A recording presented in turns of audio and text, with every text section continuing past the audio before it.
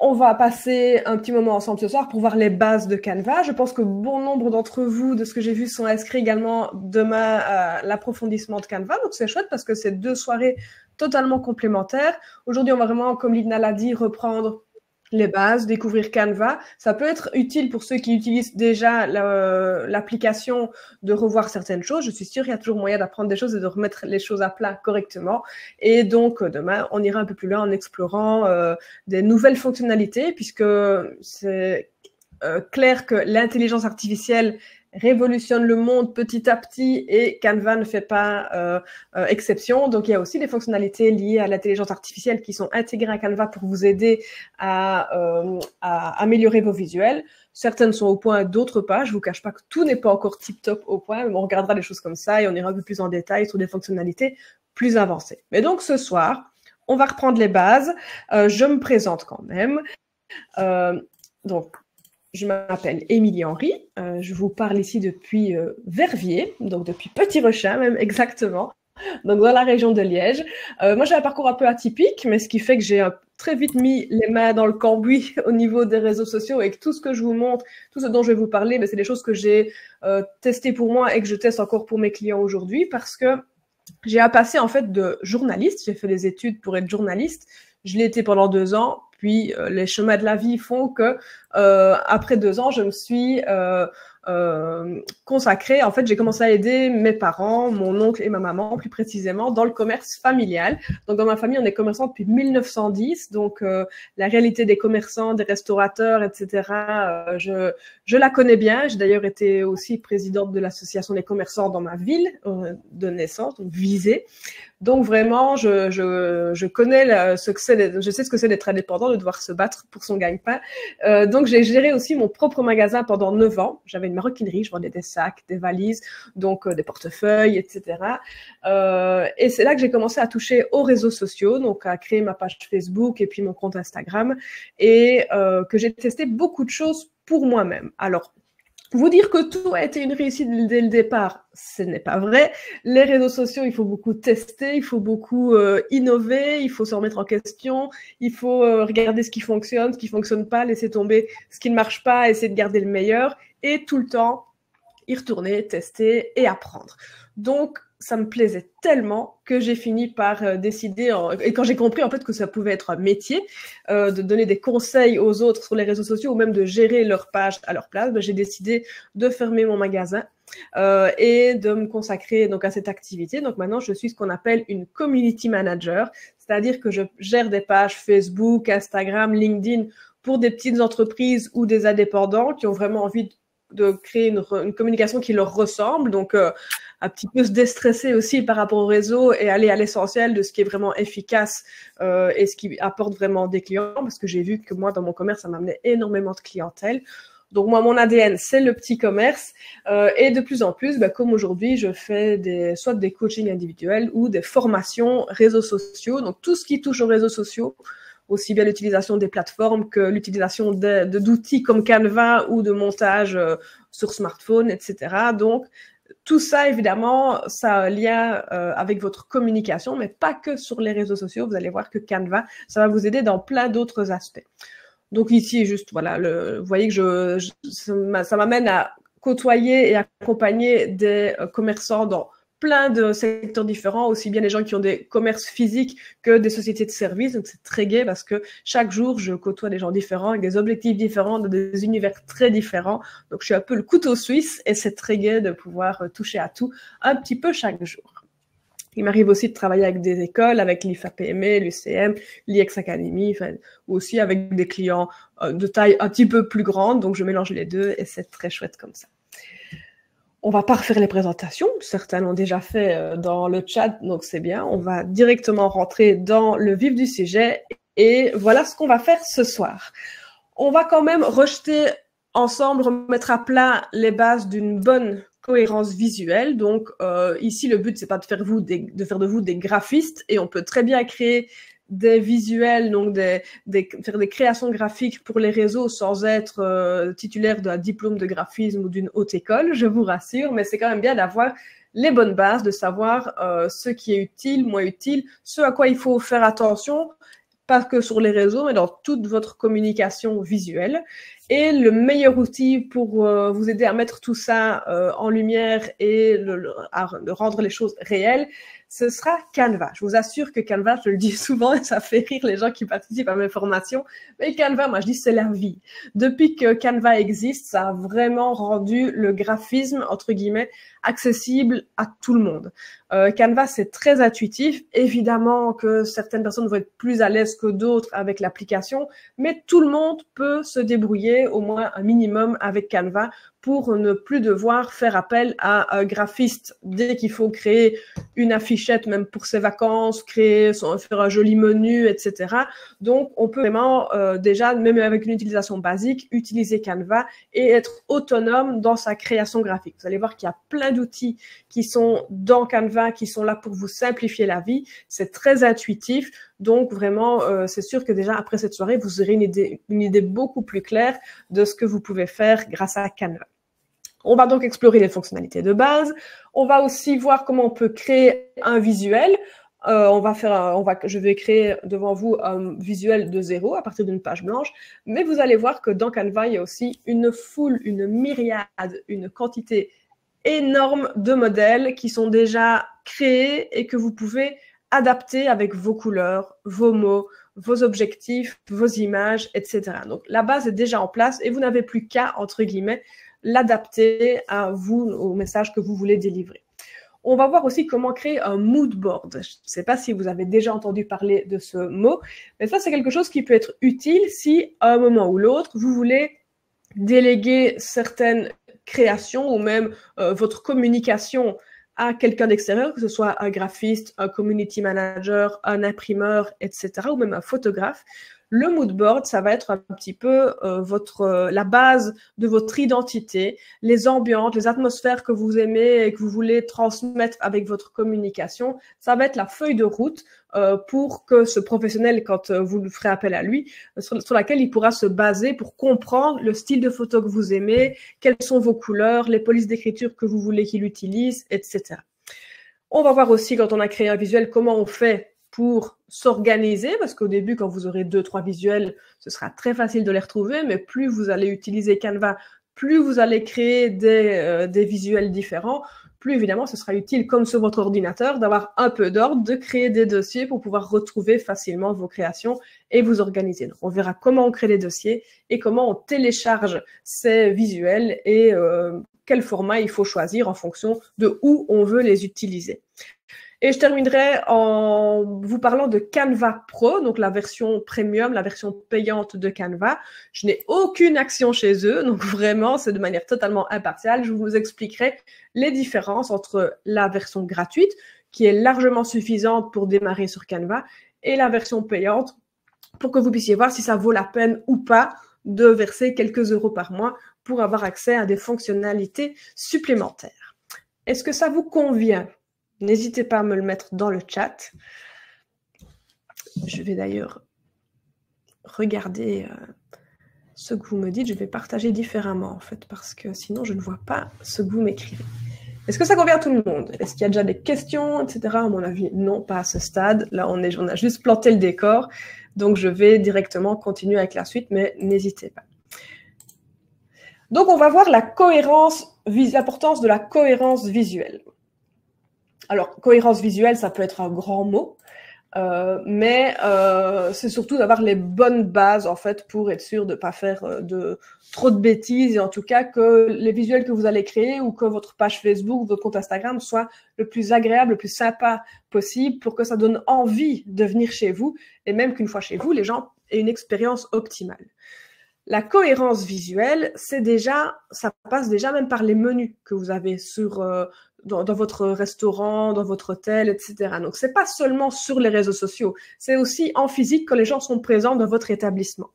Donc, la vieille page A4 dans Word pour dire congé annuel de telle date à telle date, à bientôt, on oublie, on n'a plus d'excuses. Maintenant, avec Canva, on peut vraiment créer des visuels beaucoup plus sympas. Pareil pour le menu. Si vous êtes toujours avec des feuilles A4 imprimées noir sur blanc, tapées à la va-vite dans des menus sous plastique, etc., je suis désolée de vous le dire, mais ce n'est plus possible de faire ça. Grâce à Canva, vous allez vraiment avoir une foule de modèles, comme je vous l'ai dit, comme ceux-là que je vous montre ici.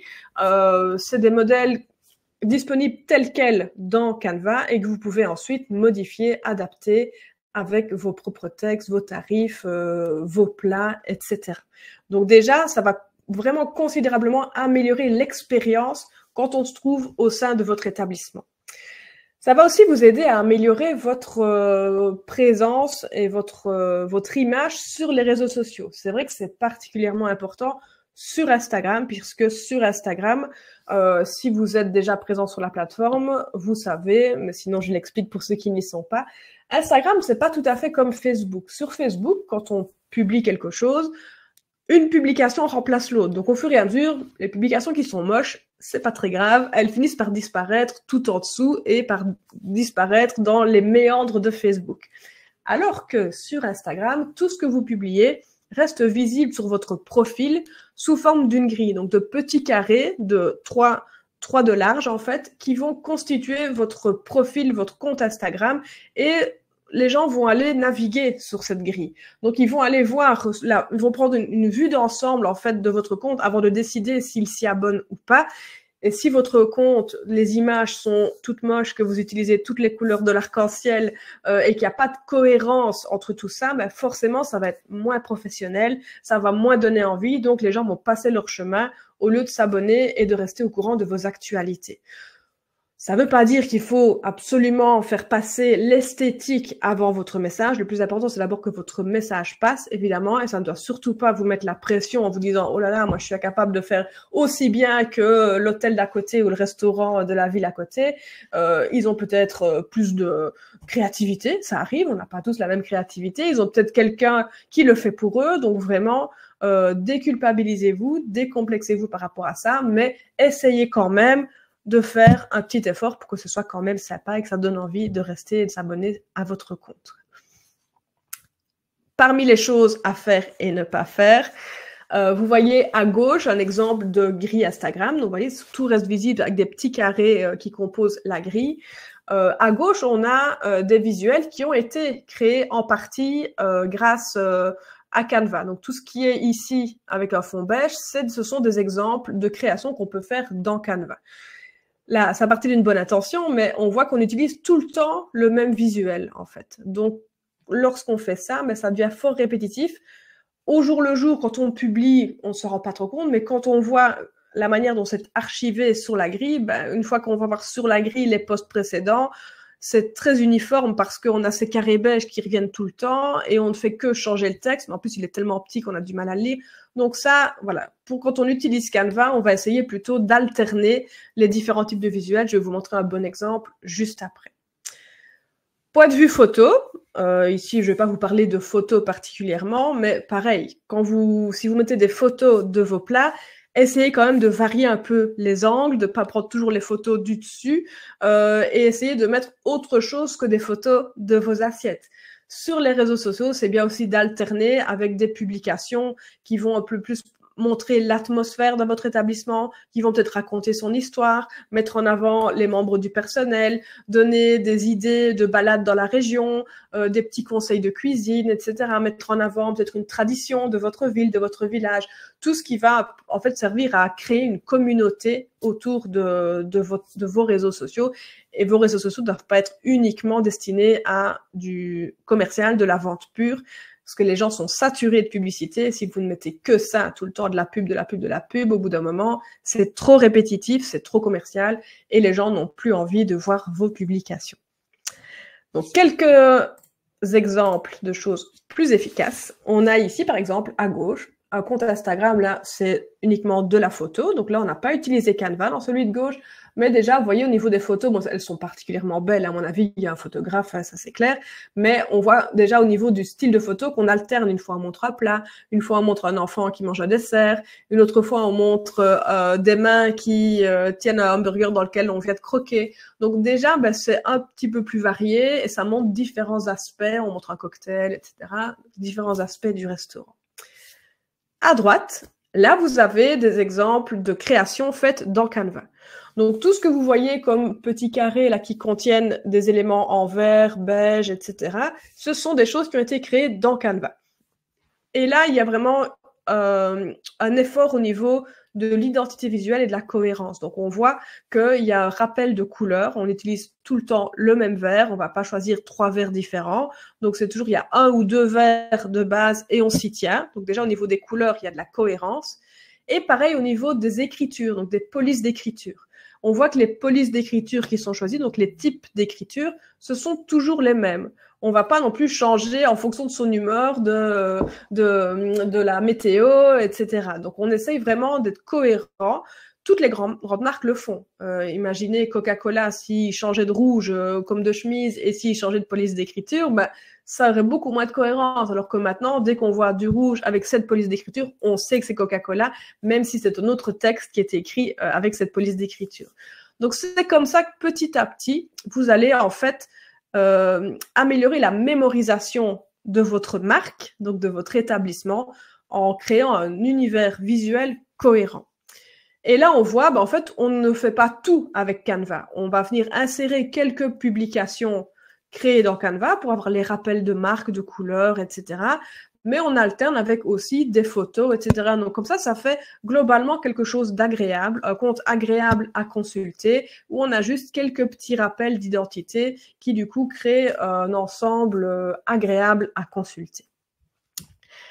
Au niveau des couleurs, justement, je ne vais pas vous faire le détail de toutes les couleurs. Ici, c'est vraiment pour avoir les bons réflexes, pour réveiller les bons réflexes en vous. Les couleurs, elles véhiculent des émotions. Donc, pareil, les couleurs, même si j'adore le rose, je vais peut-être pas choisir le rose comme couleur pour représenter mon activité. Je vais plutôt choisir des couleurs qui évoquent le message ou l'émotion que je veux transmettre. Si j'ai un établissement basé sur avec des plats végétariens ou situé en pleine nature, je vais peut-être plutôt partir sur des tons de vert qui vont inspirer la quiétude, le calme et la nature. Si business à destination d'une d'affaires, mais tout ce qui est dans les tons de bleu, ça va être des couleurs qui vont inspirer beaucoup plus la confiance, la stabilité, etc. Donc, je vais plus partir sur du bleu. Donc, chaque couleur a sa signification. On ne choisit pas, ou en tout cas pas uniquement en fonction de ses goûts. Ça va vraiment déterminer aussi ce que vous voulez faire passer comme message. Le rouge, par exemple, c'est une couleur qui est réputée pour stimuler l'appétit. Donc ça peut être particulièrement intéressant dans l'Horeca de mettre certains éléments rouges dans votre établissement ou de peindre certains murs en rouge. Ça va donner une impression déjà de chaleur et ça va stimuler l'appétit, l'envie de manger. Donc ça peut jouer aussi sur les consommations que les gens font dans votre établissement. Donc, bien choisir ses couleurs, c'est vraiment augmenter ses ventes. Ça vaut vraiment la peine de prendre le temps d'avoir une petite réflexion sur le sujet, de voir si les couleurs que vous utilisez, elles fonctionnent bien ensemble, si elles véhiculent le bon message ou pas. Au niveau de la typographie, donc les polices d'écriture que vous allez choisir, donc les styles d'écriture, là aussi, ça a de l'importance. Donc, essayez vraiment de regarder, vous allez voir dans Canva, il y a plein de polices d'écriture disponibles, donc vous pouvez vraiment, vous avez vraiment le choix. Vous en avez déjà pas mal dans la version gratuite et dans la version payante, vous en avez encore plus. Et vous allez voir, c'est pas en dizaines, ça se trouve c'est en centaines, il y en a vraiment beaucoup. Donc là, vous aurez du choix et c'est bien aussi d'en choisir une ou deux et de s'y tenir. Donc on ne change pas non plus de typographie en fonction de l'humeur et de l'énergie qu'on a. On va essayer de se maintenir donc à 2 polices d'écriture différentes et si possible, 2 polices d'écriture qui se complètent bien. Donc en général, ça peut être bien d'avoir une police d'écriture classique et puis d'en avoir une autre peut-être de type un peu manuscrite cursive. Si vous regardez par exemple moi dans mes visuels, je vais revenir, voilà, ici voilà, vous voyez, je joue avec 2 polices d'écriture différentes qui ont vraiment un style différent et je vais mettre la majorité de mes textes dans la police d'écriture que vous voyez ici dans cohérence visuelle et je vais juste venir mettre quelques mots en exergue dans cette autre police d'écriture style manuscrit. Si j'utilisais la police de style manuscrit pour tous mes textes, ce serait trop et ce serait pas très lisible parce que tout ce qui est italique ou style écrit à la main, c'est moins facile à déchiffrer pour l'œil humain, donc on va éviter d'utiliser ça pour tous ces textes. On va juste l'utiliser comme petite touche pour créer du contraste ou mettre certains mots en évidence. Et comme police principale, police d'écriture principale, on va utiliser plutôt ce qui est écrit comme celle dans ici cohérence visuelle, donc quelque chose de plus classique, de très lisible et de très clair qui va du coup s'adapter à tous les supports sur lesquels vous allez l'utiliser. On évite toutes les polices donc trop alambiquées, de jouer avec 5 polices différentes. On essaye de prendre des choses quand même simples, de bien penser que ça doit être lisible pour tous, y compris sur un écran de téléphone ou si vous faites des bics par exemple avec votre écriture, bah, il faut que ce soit lisible aussi en petit, etc. Donc on va choisir une police qui reste claire, facile à déchiffrer pour l'œil humain et de ne pas partir dans des choses trop compliquées. Quoi qu'il en soit, que ce soit pour vos visuels, au niveau de la couleur, au niveau du choix de vos écritures, le contraste, c'est vraiment essentiel. Donc, choisissez aussi bien des couleurs qui, entre elles, vont donner du contraste et vont être très claires, vont donner vraiment de la profondeur à vos visuels. Et au niveau des polices, quelque chose qui est facile à lire et il faut pas une loupe ou un diplôme en égyptologie pour pouvoir lire ce que vous avez représenté sur vos visuels. Donc, le contraste, des couleurs qui matchent bien et surtout des polices d'écriture faciles à lire. Y a-t-il des questions à ce niveau-ci? Alors, Émilie, moi, je me suis permise de mettre dans donc, le petit onglet sondage qui se trouve en bas à droite de l'écran de tous les participants ainsi que du nôtre. Oui. Et vous avez la possibilité de répondre à cette petite question, donc de savoir si en fait vous avez déjà une charte graphique qui est définie pour votre activité. Donc, avez-vous déjà pensé à vos couleurs, votre police, etc. pour voir un petit peu où vous en êtes chacun dans vos activités. Chacun, chacune, bien sûr. Oui, c'est un chacun général. Donc, pour répondre au sondage, vous allez sur le petit onglet sondage et il vous suffit de cocher au niveau de la question et vous soumettez le vote.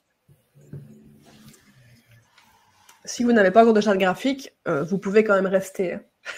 Oui. Ce n'est pas un vote éliminatoire. Et c'est pas grave. On est là pour apprendre, justement. Et c'est pas forcément la première chose dont on a conscience quand on se lance. Donc, c'est tout à fait normal. Ici, on est là justement pour améliorer les choses et avoir les bons réflexes. Donc, Émilie, ici, on constate quand même que 63% des participants ont déjà, en fait, leur charte graphique. Bien. C'est très bien. C'est très bien. Chouette. Oui, voilà, c'est ça, on dit charte graphique, une cohérence, hein, c'est ça. Oui, tout à fait, oui. Ici, comme Nathalie le dit. De temps en temps, vous verrez, je vous lancerai comme ça des petits sondages pour avoir votre avis et comme ça nous permet de dresser un petit peu les profils de nos participants. Chouette. Voilà, je te laisse continuer, Émilie. Alors, pour vous aider à mettre tout ça en musique, l'outil indispensable des community managers, et c'est pas qu'en Belgique ni en France, c'est dans le monde entier, c'est vraiment Canva. Canva, ça a vraiment révolutionné le graphisme dans le monde entier. Canva, il est disponible partout dans le monde. Il est traduit dans plus de 100 langues différentes, je pense. Et il a été lancé par une Australienne. Donc, vous voyez, c'est vraiment international. Heureusement, il existe en français et il est hyper bien conçu. Donc, c'est facile pour nous, en tant que francophones, même si on ne maîtrise pas l'anglais, etc., de l'utiliser et de comprendre où il faut cliquer, etc. Donc, Canva, à quoi ça va vous servir? C'est facile parce que Canva, on peut y accéder depuis un site internet. Il faut juste avoir un navigateur. Donc, on tape canva.com, on arrive dessus, on peut se créer un compte gratuit et on a accès instantanément aux premiers outils de création. Donc, quand vous allez vous abonner, il va certainement vous proposer de prendre la version payante ou de tester un mois gratuit. Vous pouvez tester le mois gratuit si vous le voulez, mais c'est pas nécessaire dans un premier temps de tester les fonctionnalités payantes. Faites-vous d'abord la main avec la version gratuite et quand vous sentez que ça vous bloque un peu peut-être, là profitez-en pour prendre le mois gratuit et à la fin du mois gratuit, vous verrez si vous continuez ou pas. Mais dans un premier temps, vous pouvez zapper cette étape et utiliser la première version sans devoir payer. Qu'est-ce qu'on va pouvoir faire avec Canva? On va pouvoir créer des visuels, donc faire des conceptions graphiques aussi bien, je vous l'ai dit, pour des documents à imprimer que pour les réseaux sociaux. On va aussi pouvoir créer des templates, c'est un mot anglais, donc c'est plutôt des modèles réutilisables. Donc vous allez pouvoir conserver et archiver vos créations, et quand vous aurez par exemple un changement de menu, vous ne devrez pas tout recréer de A à Z, vous pourrez reprendre votre première version du menu, uniquement changer les plats qui ont été modifiés, les tarifs, etc. Et vous pourrez reprendre vraiment la même base sans devoir repartir de zéro. Donc, ça va vous faire gagner un temps fou et vous pourrez mettre vos menus à jour même chaque semaine sans problème. Sur Canva, vous allez pouvoir aussi archiver, enregistrer en fait vos couleurs, votre police d'écriture, etc. sans devoir les rechercher à chaque fois. Donc, elles seront à portée de main. Vous n'aurez pas besoin de chaque fois vous réinterroger, ah oui, c'est quel bleu, etc. Canva va tout enregistrer pour vous, il sera votre aide-mémoire et vous n'aurez pas besoin d'aller chaque fois rechercher tout ça à gauche et à droite. Sur Canva, on peut aussi collaborer. C'est-à-dire que si vous créez des visuels et que vous êtes plusieurs au sein de la société ou au sein, voilà, et que vous êtes plusieurs à travailler sur les créations, les réseaux sociaux, etc., vous allez pouvoir échanger les modèles, travailler à plusieurs sur le même visuel, envoyer des liens de consultation à d'autres membres de l'équipe pour qu'ils valident les visuels avant impression ou publication, etc. Donc, on peut vraiment, à plusieurs, partager même le même abonnement ou envoyer des liens de consultation pour demander l'avis aux autres avant de valider ces publications ou d'imprimer ces menus. Avec Canva, vous allez aussi pouvoir être sûr et certain de poster aux bonnes dimensions, parce que je sais que sur les réseaux, c'est souvent compliqué. Quel est le format pour les stories sur Facebook et Instagram? Quel est le format pour Instagram? C'est quoi le meilleur format pour Facebook? Etc. Dans Canva, je vais vous le montrer, il suffit de taper ce que vous voulez publier. Je veux faire une story Instagram, je vais taper « Créer une story Instagram ». Il va me sortir directement le bon format. Donc là, je suis sûre que je suis pas en train de perdre mon temps à créer quelque chose, un format qui n'a ni queue ni tête et qui sera tout moche une fois que je le publierai sur les réseaux. Donc ça va vraiment vous faire gagner du temps et ça va donner aussi encore de la cohérence supplémentaire à ce que vous publiez. Ça va faire beaucoup plus pro. Et aussi, dans Canva, vous allez avoir une bibliothèque gigantesque de photos, de vidéos libres de droit, c'est-à-dire que Canva a négocié les droits pour toutes ces photos, ces vidéos, et vous pourrez les utiliser sur vos réseaux sociaux, les imprimer sur des t-shirts, en faire des autocollants, des menus, tout ce que vous voulez, des catalogues. C'est des visuels qui sont à votre disposition pour tous les usages, donc vous pouvez vraiment les utiliser sans vous poser de questions. Et ce n'est plus nécessaire d'aller chercher ces photos à gauche et à droite. Vous pouvez aussi utiliser vos photos, évidemment, mais si vous cherchez une photo d'un beau paysage ou d'un pique-nique, etc., plus besoin d'aller sur Google chercher des photos dont vous n'êtes en plus même pas sûr de la qualité. Ici, vous aurez tout dans Canva sans devoir aller chercher à gauche et à droite. Donc, c'est super pratique et ça fait gagner énormément de temps. Canva, c'est utilisable depuis un ordinateur. Moi, c'est ce que je vous encourage à utiliser en priorité parce que c'est plus facile quand on crée des visuels avec la souris et le grand écran de l'ordinateur et les menus sont plus faciles à trouver, à explorer. Mais c'est aussi disponible sur smartphone. Donc, vous pouvez, si vous créez un compte sur canva.com, utiliser et télécharger en fait l'application Canva que vous allez trouver sur l'Apple Store, le Google Play Store, etc. Donc, c'est une application gratuite à laquelle vous allez vous connecter avec les mêmes identifiants que votre version pour ordinateur et tous vos visuels, vous allez les retrouver instantanément. Ils vont se synchroniser en fait entre votre ordinateur et votre téléphone. Donc tout ce que vous créez sur l'ordinateur, une seconde après, c'est déjà disponible aussi sur votre téléphone. Donc vous pouvez jongler entre les deux.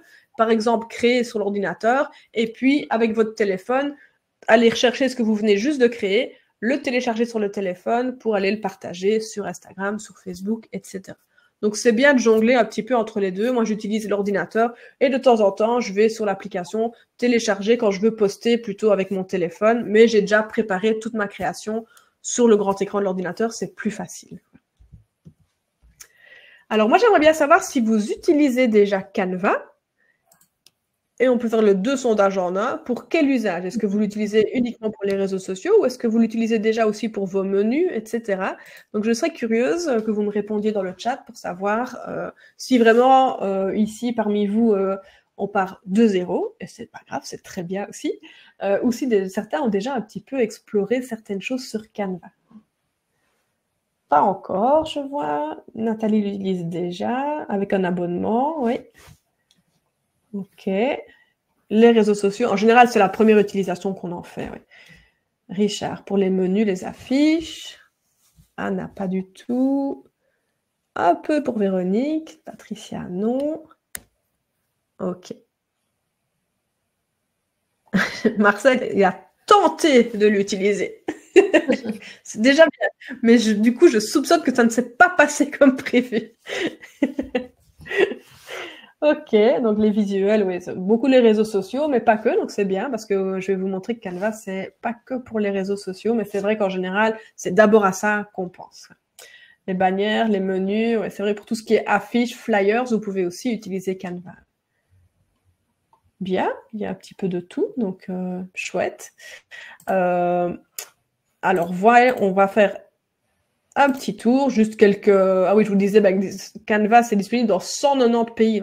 Je pensais 110, 115, mais non, 190. Je savais même pas qu'il y avait 190 pays quand j'ai trouvé ces chiffres. 190 pays. Canva, ils emploient 2500 personnes. Donc, pour continuer à développer la plateforme, pour tous les services en fait qu'ils proposent. Donc, c'est énorme pour dire que Canva, c'est pas une petite société et que s'ils emploient autant de gens, c'est vraiment que c'est un acteur qui compte.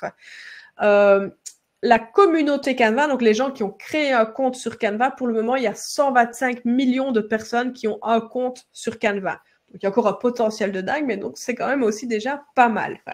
Et si on compte le nombre de designs, donc de créations qui ont déjà été faites sur Canva, et ça, c'est les chiffres, je pense, qui datent d'il y a quelques mois, on était déjà à près de 8 milliards de designs. Donc, vous dire, les gens ont un compte et ils l'utilisent. Donc, Canva, c'est super chouette que vous vous y intéressiez parce que c'est vraiment un phénomène. Donc, on va faire une petite visite guidée de Canva. Donc, je vous dis, pour s'y connecter, c'est www.canva.com et je vais vous montrer à quoi ça ressemble exactement. Je vais ouvrir une fenêtre Canva et je vais la partager. Je vais changer le partage. Alors, je vais désactiver et repartager la bonne fenêtre. Voilà. Donc, quand on a créé son compte sur Canva et qu'on s'y connecte, on arrive sur ceci. Donc, ça, c'est la page d'accueil de Canva sur laquelle vous allez chaque fois tomber quand vous vous connectez et quand vous revenez sur Canva. Tout ce qui est ici au milieu, sur la droite plutôt de l'écran, sur les 3/4 droite de l'écran, c'est là que vous allez pouvoir explorer tous les différents types de créations disponibles. La petite colonne de gauche, ici, c'est votre univers à vous. Donc, ce sont vos dossiers, les visuels que vous avez déjà créés et tout un tas de choses qu'on va un peu passer en revue aujourd'hui et qu'on explorera plus en détail également demain soir. Donc, vous voyez que Canva, toutes les petites bulles ici, c'est les différents univers créatifs disponibles dans Canva.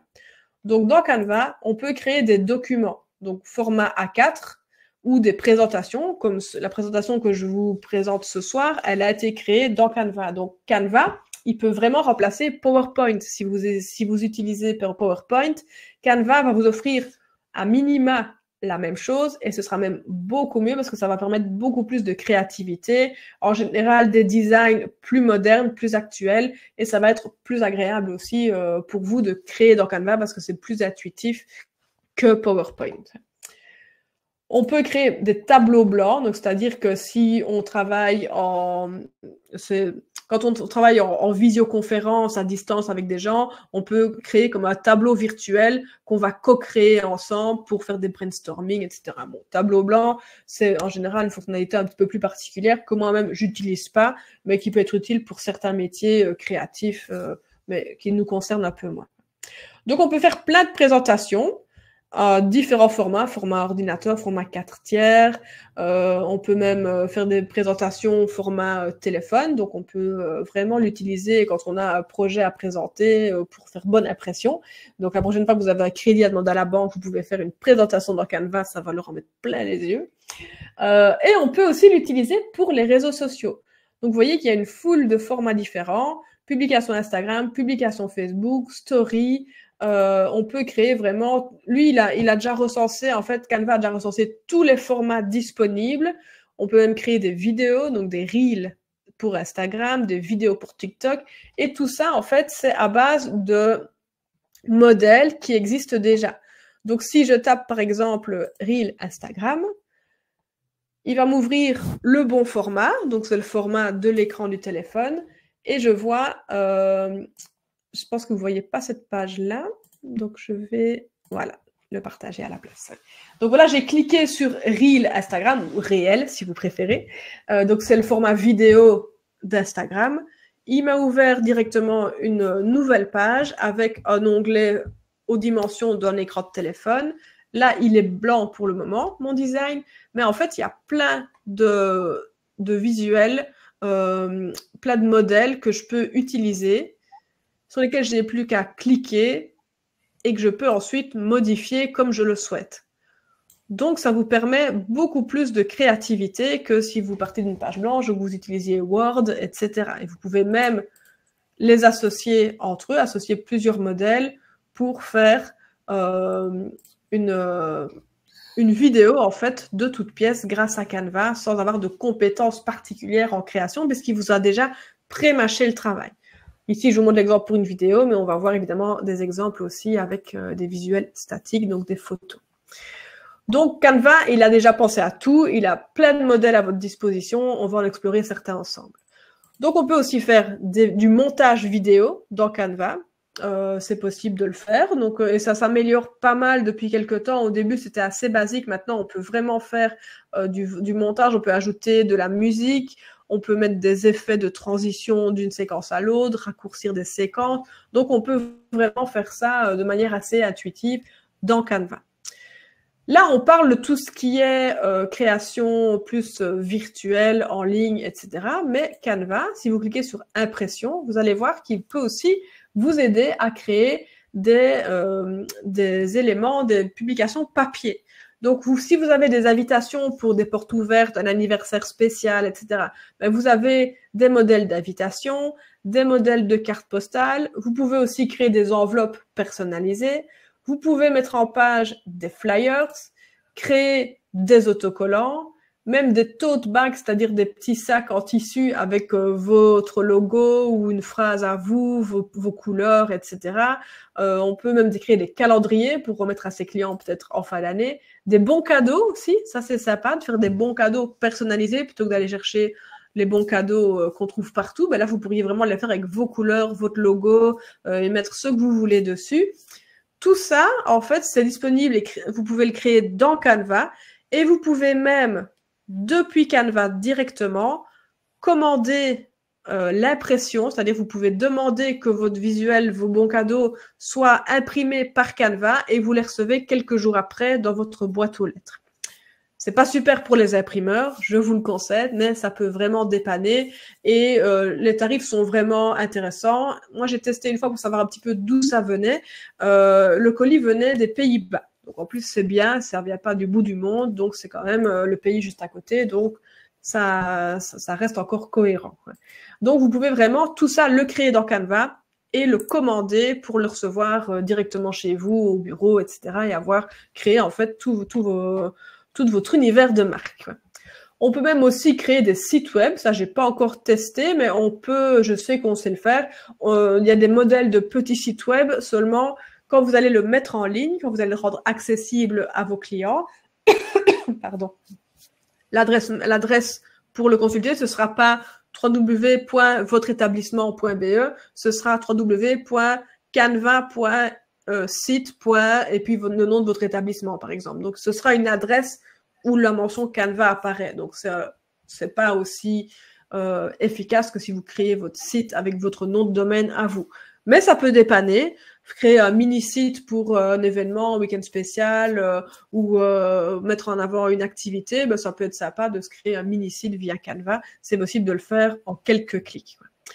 Donc, vous voyez, il y a moyen de faire énormément de choses sur Canva. L'univers de Canva, il est très vaste. C'est pas que pour les réseaux sociaux, c'est vraiment pour un tas de créations. Je vais donc maintenant vous montrer comment on fait pour créer un visuel à partir de zéro. Il y a plein de modèles. Après, je vais vous montrer qu'on peut réutiliser des modèles, évidemment, mais je vais commencer en quelque sorte par le plus compliqué pour pouvoir explorer devant vous les différentes fonctionnalités disponibles dans Canva. Donc, 2 options pour créer. La première, c'est partir d'une page blanche. Je vais le faire tout de suite. Voilà. Donc, quand vous arrivez sur la page d'accueil de Canva, le point de départ, quel que soit le visuel que vous voulez créer, ce sera toujours ce petit bouton mauve là au-dessus, créer un design. Vous allez cliquer dessus et choisir ce que vous voulez créer. Donc, par exemple, si moi je veux créer un visuel pour Instagram, je vais taper Instagram et il va filtrer uniquement les différents formats disponibles sur Instagram. Donc, imaginons, moi je veux créer une publication Instagram. Le meilleur format, c'est Instagram Portrait. Si vous voulez savoir pourquoi, il faudra suivre le webinaire de demain.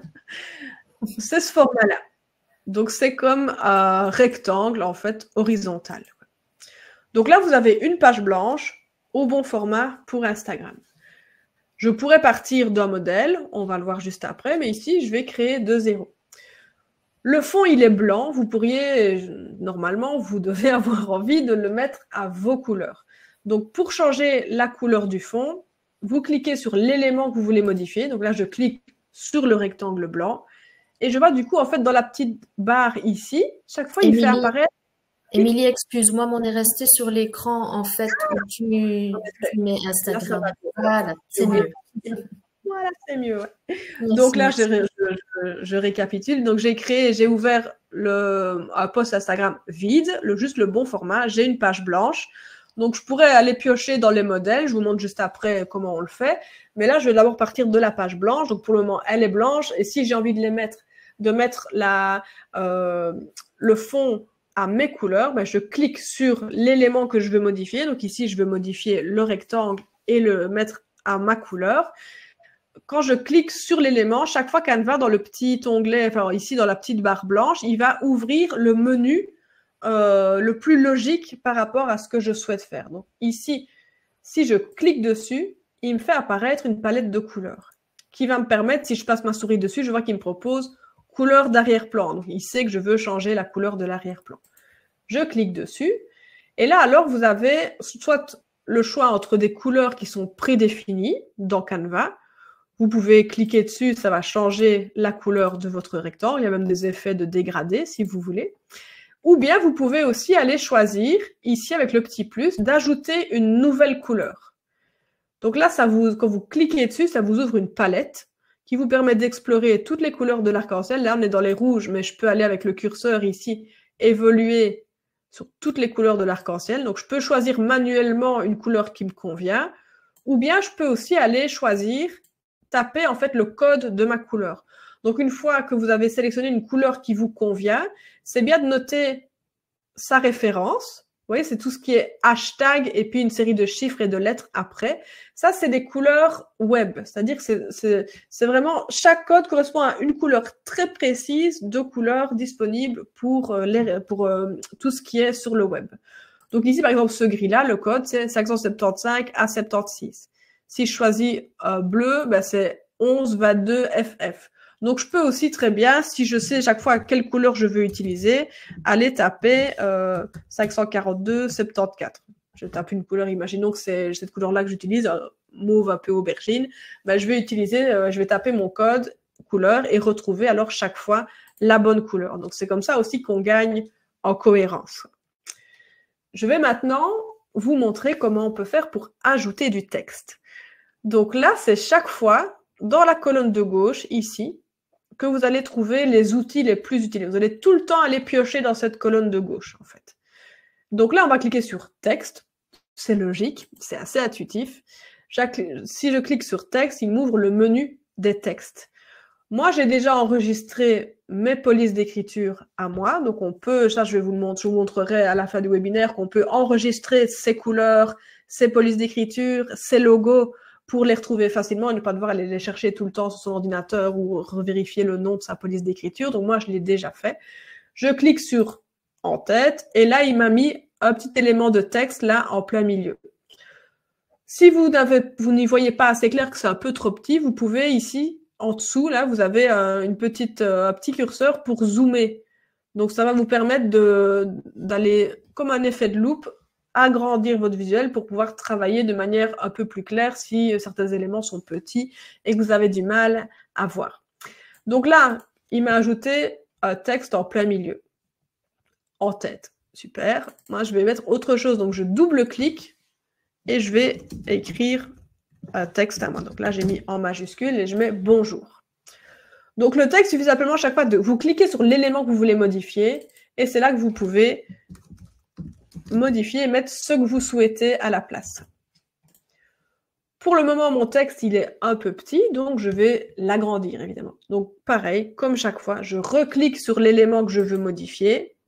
Et là, pour agrandir mon texte, j'ai deux possibilités.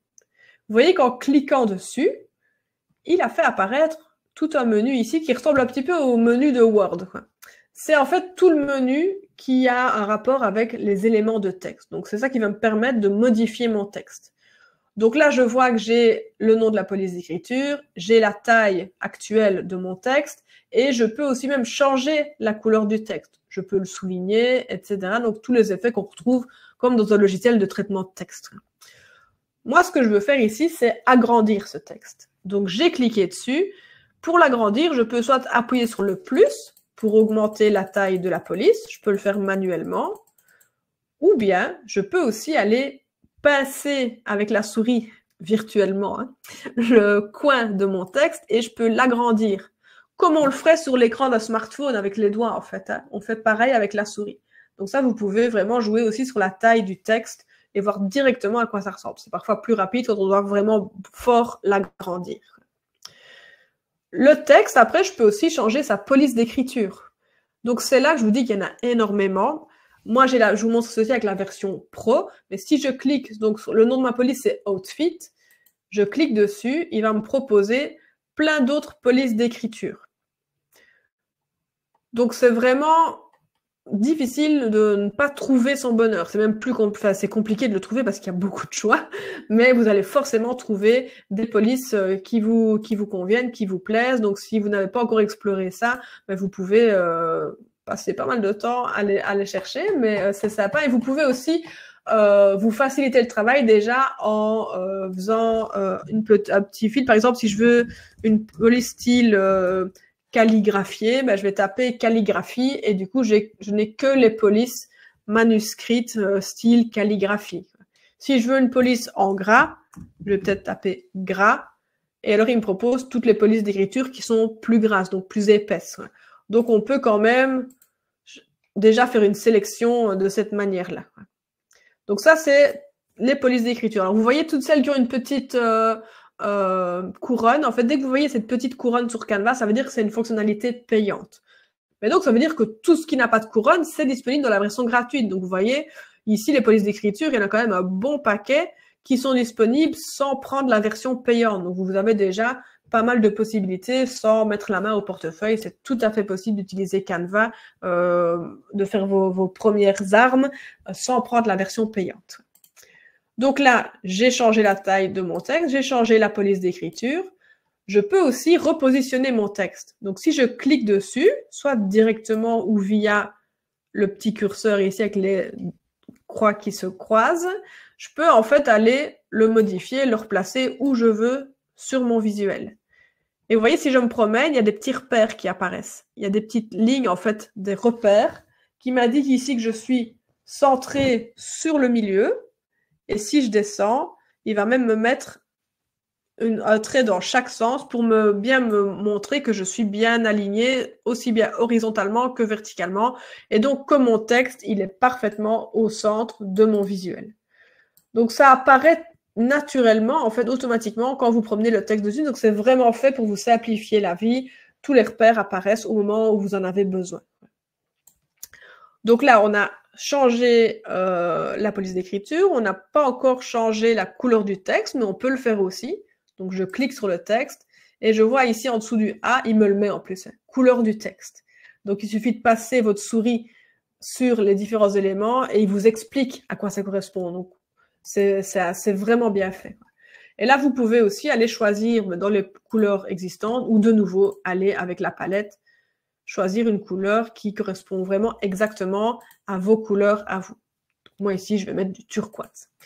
Je n'ai pas dit que c'était les couleurs qui fonctionnaient le mieux ensemble, mais au moins, il y a du contraste et c'est visible. Donc, ça, c'est pour le texte. Après, sur ce texte, on peut aussi ajouter des effets. C'est-à-dire que pour le moment, j'ai juste un visuel qui ne bouge pas, mais je peux aussi ajouter des effets sur ma police, sur mon texte, et je peux aussi l'animer. Donc, pour faire ces deux choses-là, ça se passe de nouveau dans le menu au-dessus. Donc, vous voyez, si je ne clique sur rien, il n'y a pas de menu. Mais si je lui dis, voilà, maintenant, je veux modifier mon texte, je veux l'améliorer, je veux le modifier, je clique une fois dessus, le menu au-dessus, il réapparaît. Donc là, je vais explorer l'onglet ici, Effets. Ça me permet de mettre des effets sur mon texte pour peut-être lui donner plus de relief, plus de contraste par rapport au fond. Donc, on peut explorer les différentes fonctionnalités. Moi, celui-là, je l'aime bien. On ne le voit pas bien peut-être ici sur le fond. Donc, je vais peut-être changer la couleur du fond. Je vais le mettre en gris clair ou en rose. Voilà. Donc, si je vous montre ici, voilà. Si je mets l'effet élévation, voilà, je l'enlève. Je le mets. Ben, on voit, en fait, il me rajoute comme un effet d'ombre en dessous de mon texte qui donne un effet comme si le texte était surélevé par rapport au fond. Donc ça peut vraiment vous aider à donner du contraste quand le texte ne ressort pas bien sur l'arrière-plan. Sinon, une autre manière aussi de gagner en profondeur et en clarté, c'est d'ajouter un arrière-plan, carrément. Donc vous avez aussi, si vous descendez, la possibilité là d'ajouter un arrière-plan. Donc lui, par défaut, il m'a mis une espèce de vert kaki, mais je peux aller changer aussi cette couleur d'arrière-plan. Donc je peux vraiment tout personnaliser avec les couleurs de mon choix.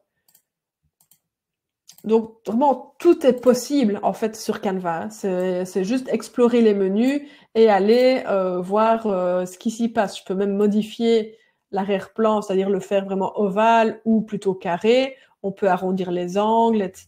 Donc, vous pouvez vraiment le faire, lui donner le look que vous souhaitez. Il y a des effets maintenant aussi de néon, des contours de texte. On peut vraiment mettre des bordures et choisir aussi la couleur de sa bordure. Donc, bref, il n'y a que l'embarras du choix, ça va vraiment dépendre de votre créativité et de vos envies du jour. Donc là, j'ai ajouté des effets de texte. On va aller sur l'onglet suivant. Et on va ici animer. Donc le texte, pour le moment, il est statique, mais je peux aussi l'animer. Si je clique dessus, ben voilà, ici, il m'a ouvert de nouveau un menu. Donc, chaque fois à gauche, il m'ouvre le menu correspondant. Donc, je clique, il m'aide en me présentant tout de suite ce dont j'ai besoin. Il suffit de passer la souris dessus sans cliquer pour avoir un aperçu des différentes animations qui sont disponibles. Et vous voyez, il est mis nouveau, donc en permanence, Canva est mis à jour et il y a de plus en plus de possibilités. Donc, ça ne complexifie pas Canva, je vous rassure, c'est juste des possibilités supplémentaires, mais ça ne rend pas Canva plus compliqué pour la cause. Donc ça, c'est très bien. Il reste vraiment aussi simple qu'au début, ça ne va rien changer. C'est juste qu'il va vous offrir encore plus de personnalisation possible. Vous voyez, on peut vraiment... Alors là, bah, si je trouve, par exemple, qu'ici, les lettres, elles apparaissent un petit peu trop lentement à mon goût, en cliquant sur cet effet, je peux aussi aller jouer sur la vitesse et lui demander de les faire apparaître plus vite. Donc, on peut vraiment tout personnaliser, tout adapter. On n'a plus d'excuses pour ne pas être créatif parce que tout est possible avec Canva. Si vous ne voyez aucune animation qui vous plaît là-dedans, vous pouvez aussi créer votre propre animation. C'est pas compliqué du tout. De nouveau, c'est très simple. Vous cliquez sur créer une animation et en fait, il va juste vous dire voilà, de sélectionner votre élément, de le faire se promener sur l'écran et c'est cette animation-là qui s'enregistrera. Donc ici, je vais faire le coucou, là. Je vais le faire circuler sur mon visuel. Hop, hop, hop. Vous voyez, il trace le trait et voilà à quoi ça ressemble. Donc, ça m'a pris quoi? 2 clics et j'ai créé mon animation à moi. Je n'ai pas dit qu'elle était belle. Hein. Je n'ai pas dit que c'était du plus bel effet.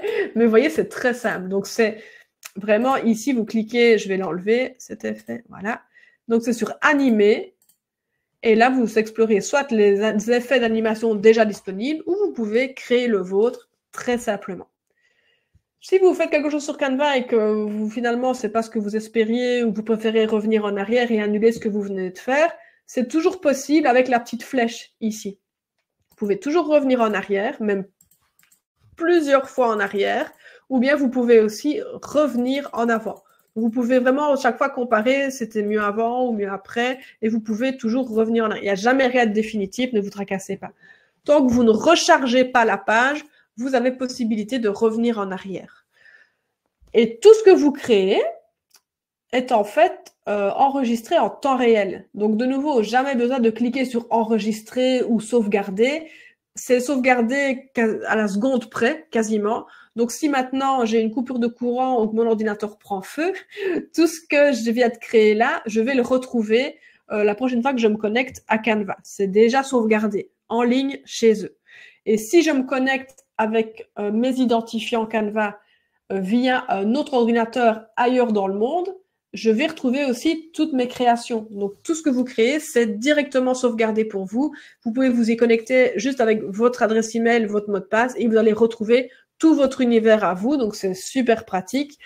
Si vous voulez créer depuis un endroit, je sais pas, imaginons que vous êtes en vacances et votre avion a été retardé de 3 jours, et vous devez absolument publier quelque chose sur les réseaux sociaux pour avertir que l'établissement sera fermé 3 jours de plus, ben vous pouvez alors vous connecter à Canva sur l'ordinateur de l'hôtel, créer votre petit visuel et le poster sur Facebook avec vos couleurs et quelque chose vraiment d'adapté à votre charte graphique. Donc, vous allez retrouver tout ça en ligne de partout. Donc, ça, c'est super pratique. Est-ce qu'il y a des questions à ce stade-ci? Parce que je parle, mais n'hésitez pas. Non, Émilie, j'ai demandé si tout allait bien jusqu'ici. Tout le monde me fait des petits... oui, tu viens de voir, oui. Ok. Ça. N'hésitez pas, si je vais trop vite sur certaines choses ou si vous voulez que je remontre d'autres choses, vraiment, il ne faut pas hésiter, je suis là pour ça. Donc là, on a vu comment changer la couleur du fond, on a vu comment modifier un texte et y ajouter une animation. Ce que je vais maintenant vous montrer aussi, c'est comment on peut aller un petit peu plus loin et utiliser des images dans ces visuels. Donc pour le moment, j'ai juste changé le fond et mis un texte par-dessus. Ce que j'aimerais bien faire maintenant, c'est de créer, d'ajouter peut-être un petit médaillon, un rond, dans lequel je vais venir insérer une image. Donc pour ça, dès que je veux ajouter des éléments supplémentaires, je vais aller sur éléments. Donc de nouveau, je retourne dans ma petite banderole à gauche, là, en noir. Je clique sur éléments et je vais taper rond. J'appuie sur Enter pour valider ma recherche. Là, il me propose en fait, vous voyez, il y a plein d'onglets différents. Donc je peux regarder, là, il me met tout. Si je mets un fil sur les illustrations, il va me montrer toutes les illustrations disponibles dans Canva sur le thème du rond. Tout ce qui a une petite couronne, c'est dans la version payante, mais le reste, vous pouvez l'utiliser dans la version gratuite. Donc, il y a quand même pas mal de possibilités. Donc là, c'est toutes les illustrations sur le thème du rond que lui, il possède. Toutes les photos, alors, qui représentent des ronds. Donc, je peux avoir aussi des photos avec des bulles, etc. Donc, il va chercher tout ce qui évoque un rond. Il y a aussi des vidéos sur le thème du rond, donc ça existe. Il y en a plein là, que je peux utiliser dans mes visuels gratuitement. Il y a des formes, et moi, ce qui m'intéresse, c'est les cadres. Dès que sur Canva, vous voyez cette petite image, cette petite icône avec une vallée verdoyante, un ciel bleu et un petit nuage, ça veut dire que c'est un cadre, c'est-à-dire que c'est un élément, une forme dans laquelle vous allez pouvoir venir insérer une photo. Soit une photo libre de droit que vous avez trouvée quelque part ou qui est disponible dans Canva, soit aussi une photo à vous. Ça, je vous le montre aussi tout à l'heure. Donc moi, j'aimerais bien justement avoir un petit médaillon dans lequel je vais venir insérer une image.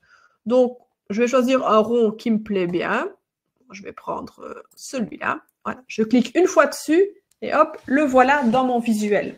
Je peux aussi changer la taille, comme on l'a fait pour le texte. Hein. Je peux le repositionner où je le souhaite. Donc là, je vais le mettre au milieu, en dessous de mon texte. Donc là, super. J'ai un cadre, mais je n'ai pas encore mis l'image de mon choix à l'intérieur. Moi, ce que j'aimerais, comme j'adore les chats, je vais aller chercher une petite photo de petit chat trop mignon. Je vais de nouveau, alors dans ma barre de recherche ici des éléments, au lieu de mettre rond, je vais taper chat. Et j'appuie sur Enter. Bon, il n'y a pas de cadre en forme de chat, super déception. Mais moi, ce que je veux, c'est une photo. Donc, je clique sur photo. Et là, le voilà, il me propose toutes les photos qu'il a en stock sur le thème du chat. Donc, il y en a un paquet. J'aurais pu même taper chat noir, chat gris, chat tigré. Hein. Je peux aller même plus loin dans les mots-clés. Donc, je choisis une image qui me plaît bien. J'ai vu, je vais prendre le chat avec des lunettes. Là. Si je clique juste une fois dessus, il me l'ajoute en plein milieu. Pour moi, c'est pas vraiment ça que je veux. Donc, je vais revenir en arrière, annuler. Moi, ce que je veux, c'est qu'il insère cette image dans mon petit médaillon. Donc, je vais cliquer sur l'image, je maintiens mon doigt enfoncé sur la souris et je fais coulisser mon image jusqu'à ce qu'elle prenne sa place dans le médaillon. Donc, je ne lâche pas avant. Parfois, là, il me propose de la mettre sur tout le rectangle, j'ai pas envie. Non, je veux qu'elle aille là. Donc, je ne lâche pas la souris avant qu'elle soit dans le bon élément. Donc là, je peux lâcher. Il a inséré ce magnifique chat qui se la coule douce au milieu de mon petit médaillon. Donc maintenant, je peux déplacer cet élément et le chat, il est uniquement dans le petit rond que j'ai choisi. Si je préfère, si j'ai envie de rééquilibrer l'image au sein de mon médaillon, je peux le faire. Je vais cliquer 2 fois dessus. Voilà. Il le fait. Oui, voilà. Et donc ici, je vois l'image en entier qui est en filigrane là, sur le côté et je peux alors après aller changer la disposition de mon image au cœur de ce médaillon et je peux par exemple, si je veux, faire un gros plan uniquement sur le nez du chat avec ses lunettes. Je clique et donc voilà, maintenant j'ai uniquement le gros plan sur le museau avec les lunettes. Donc on peut aller vraiment changer la position au sein du cadre ou zoomer sur uniquement certains éléments. Donc tout est vraiment personnalisable. Là, je l'ai fait avec une image disponible dans Canva, mais j'aurais pu aussi très bien le faire avec une image à moi. Pour ça, il suffit simplement de cliquer sur Importer, ici à gauche, et d'aller chercher des fichiers sur mon ordinateur. Donc, je peux choisir ce que je veux. Je sais pas, je vais prendre une photo. On va prendre des zèbres, c'est bien les zèbres aussi. Il n'y en a pas que pour les chats. Donc là, j'ai choisi une image de zèbre. Il est en train de la télécharger dans mon Canva, donc je vais la retrouver, elle va rester. Tout ça, en fait, tout ce que vous voyez là, c'est des visuels, de fichiers que j'ai sur mon ordinateur et que j'ai ajoutés, que j'ai utilisés dans Canva. Il y a un tas d'images, etc., des captures d'écran que moi j'utilise dans Canva. Donc là, je viens d'ajouter mon zèbre. Ben, je peux, si je veux, remplacer le chat par les zèbres. Et hop, j'ai utilisé ma propre photo. Bon, ça, c'est pas une photo que j'ai prise moi-même, mais vous avez compris. Il n'y a pas encore de zèbre à petit rechat. Donc là, voilà comment on insère une photo. Si j'avais voulu la mettre sur l'entièreté de mon rectangle, il suffisait que je fasse coulisser jusqu'à ce qu'elle prenne toute la place. Je lâche et là, maintenant, elle a pris toute la place sur mon rectangle. Donc, je vais revenir en arrière. Si j'avais voulu ajouter une petite image de chat tout mignon, je retourne sur Éléments. Donc, j'ai tapé chat, il retient toujours ma recherche. Je vais aller sur Illustration. Et là, vous voyez, j'ai plein d'illustrations de chats que je peux ajouter. Donc, des petites pattes de chat, un petit chat style asiatique, là, je sais pas. Enfin, vous voyez, on peut ajouter plein de petites icônes. Ceux-là, ils sont mignons aussi. Hop, voilà. Si je trouve que finalement, ça va pas, mais je peux cliquer dessus et les mettre à la poubelle. Il y a la petite poubelle ici pour effacer. Donc, vous pouvez aussi enlever ce qui ne vous convient plus. Là, les petites pattes de chat là que je viens d'ajouter, pour le moment, elles sont en noir, mais vous voyez, je viens de cliquer dessus et du coup, il me fait apparaître ceci. Ça veut dire que je peux changer la couleur de ces empreintes. Si je clique dessus, ben, je peux aller peut-être les mettre dans le même turquoise que mon texte. Donc, beaucoup d'éléments sont modifiables. Ils ne le sont pas tous, mais la plupart, vous pouvez même changer leur couleur. Donc vraiment, tout est personnalisable et vous pouvez vraiment tout mettre à vos couleurs, à vous. Donc là, on a vu comment on ajoute une image dans un visuel, comment on insère un texte, comment on l'anime, comment on modifie la couleur, etc. Comment on ajoute des éléments, des petites illustrations, etc. Imaginons que ce fichier, il me convient à merveille, que je veux l'enregistrer, soit je peux en rester là, et je reviendrai dessus la prochaine fois que je me connecterai à Canva, soit je vais lui donner un nom et le télécharger sur mon ordinateur. Ici, je vais l'appeler, le nom, en fait, ça se passe là. Lui, il a mis en tête par défaut parce que, rappelez-vous, c'est le premier texte que j'ai ajouté. J'ai cliqué sur texte et il m'a écrit en tête. Moi, je vais l'appeler, ce fichier, plutôt coucou petit chat. Voilà.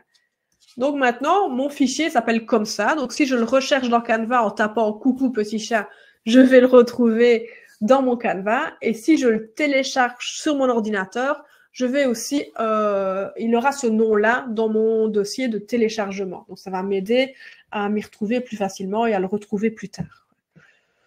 Donc là, pour le moment, il est toujours sur Canva. Je vais le télécharger. Donc, pour le télécharger sur son ordinateur, il suffit d'aller dans Fichier, ici à gauche, et puis Télécharger. Ça, c'est la première possibilité. Sinon, il y a un autre chemin d'accès, c'est Partager, le gros bouton là. Si vous cliquez sur Partager, vous pouvez ici aussi retrouver Télécharger. Donc, je pourrais aussi créer un lien pour le partager avec quelqu'un, dire oh, regarde comme c'est beau ce que je viens de créer, il suffit de cliquer sur le lien pour découvrir ma création. Mais moi, ce que je vais faire, c'est je vais le télécharger sur mon ordinateur. Donc, je clique sur télécharger. Et là, par défaut, comme j'ai mis une animation sur le texte, il me propose de télécharger au format vidéo. Bon, l'animation, j'ai oublié de l'enlever. Moi, ce que je veux, c'est juste avoir un visuel statique sans que l'animation soit visible. Je vais changer et je vais choisir PNG. Donc, quand vous téléchargez une image pour les réseaux sociaux, le format PNG, c'est le plus adapté. C'est celui qui va conserver la meilleure qualité pour vos visuels, même si vous les agrandissez sur les réseaux, etc. Là, ça va être un bon compromis entre la taille du fichier et sa qualité sur les réseaux sociaux. Donc, dès que vous téléchargez une image, vous choisissez PNG. Donc là, je vais cliquer sur télécharger. Il est en train de préparer le visuel. Et là, voilà, il l'a téléchargé dans mon dossier de téléchargement. Donc, si je vais sur mon ordinateur dans le fichier, dans l'onglet télécharger, je vais le retrouver dans mes téléchargements.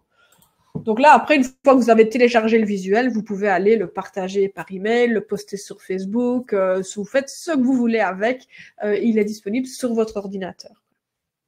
Ça, c'est une première chose. Ça, c'est pour le télécharger, pour le retrouver sur votre ordinateur.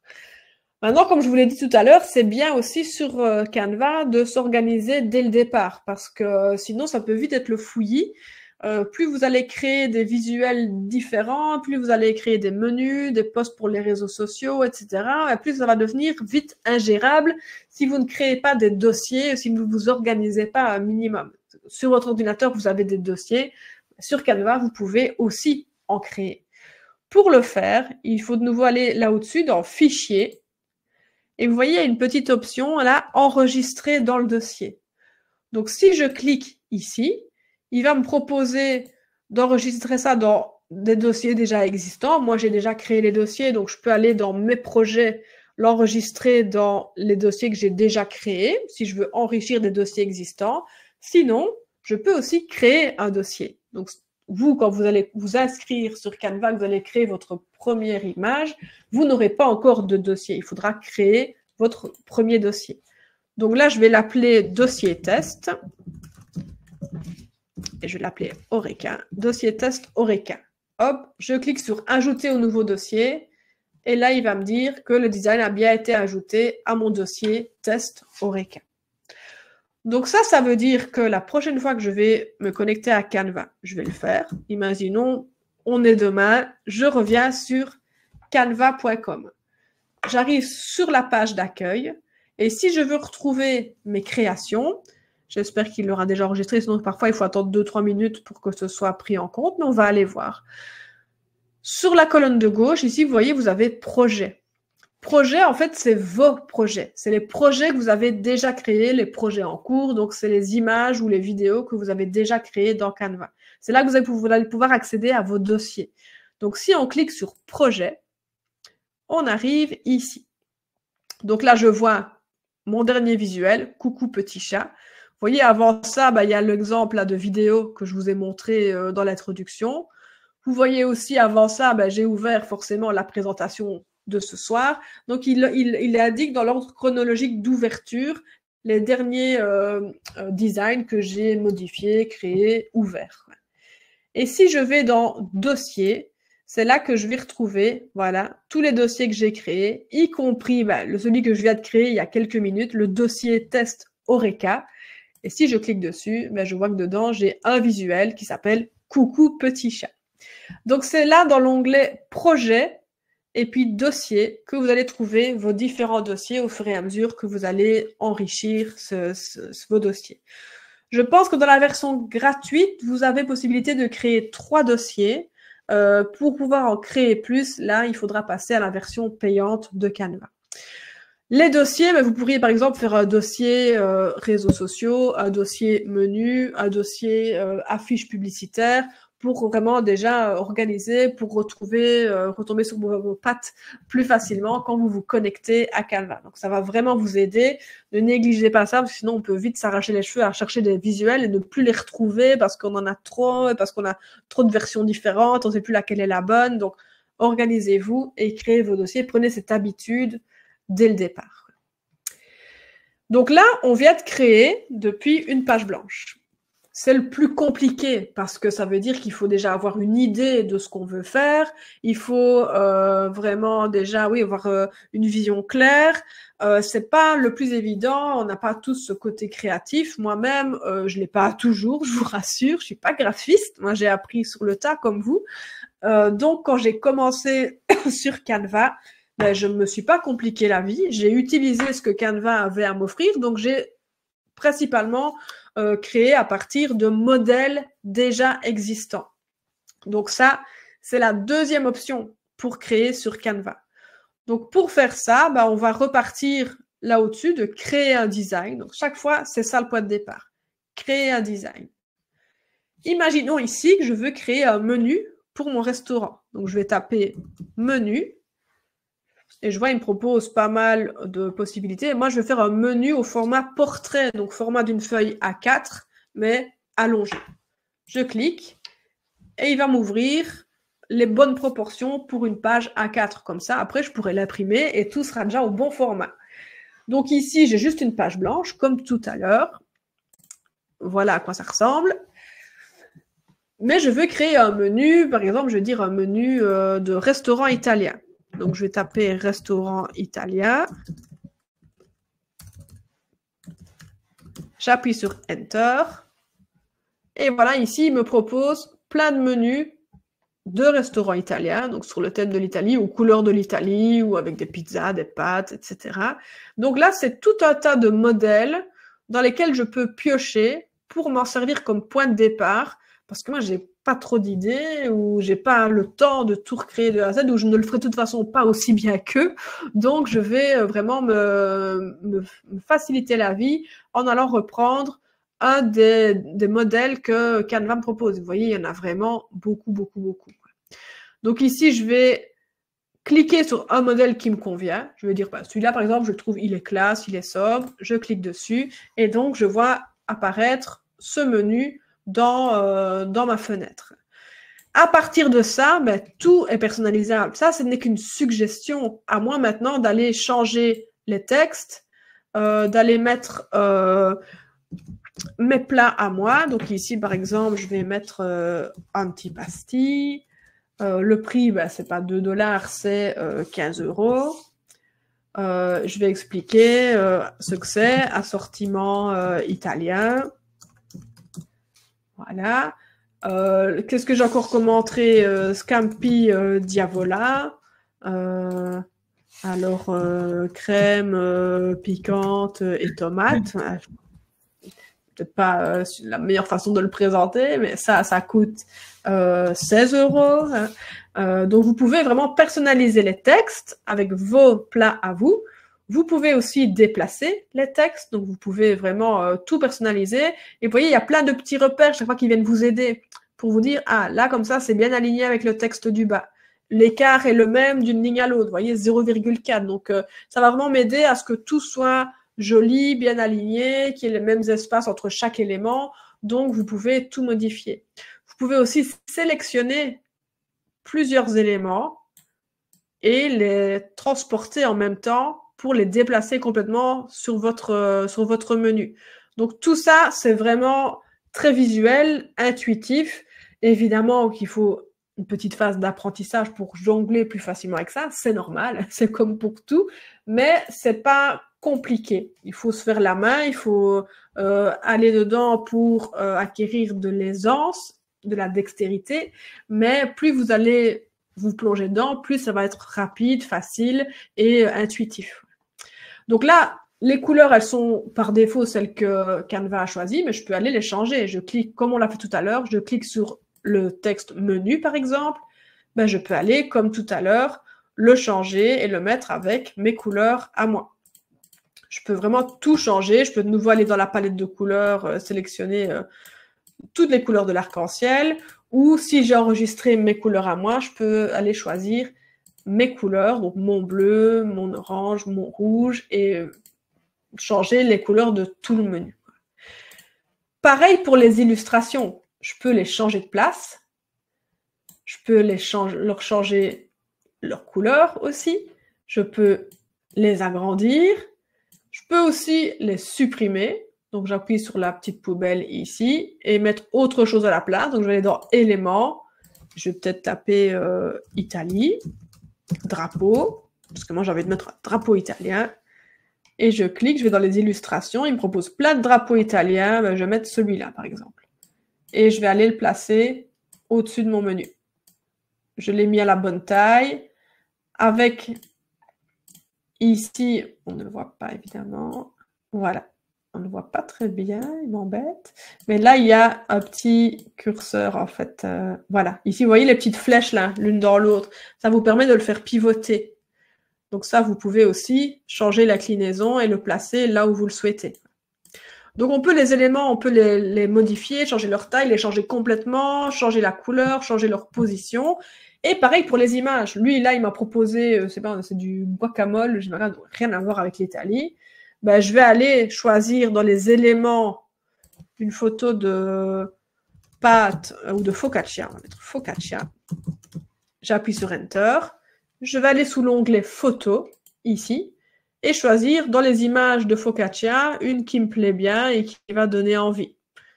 Donc là, après, il faut un petit peu explorer, et je peux la faire coulisser, et du coup, remplacer mon image. Je peux aller, comme tout à l'heure, vous voyez, changer la façon dont elle s'affiche dans mon rectangle. Donc tout ça est vraiment personnalisable, comme vous le souhaitez, avec les photos.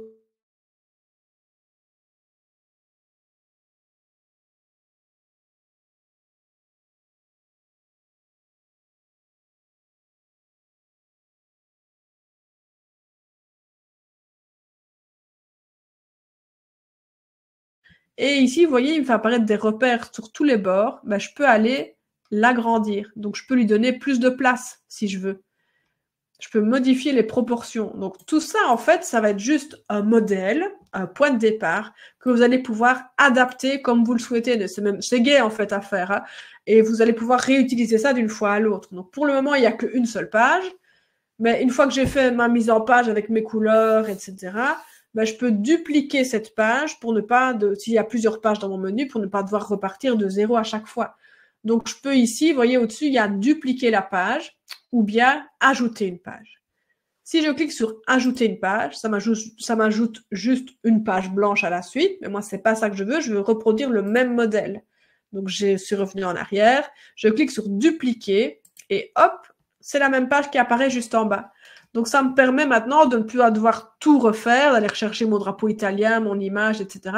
J'ai plus qu'à changer en mettant, par exemple, les desserts ou les plats pour enfants, etc. Donc, la deuxième page de mon menu.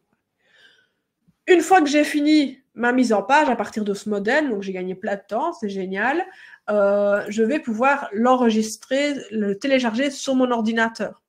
Donc là, je vais de nouveau aller sur « Partager » et je vais le télécharger.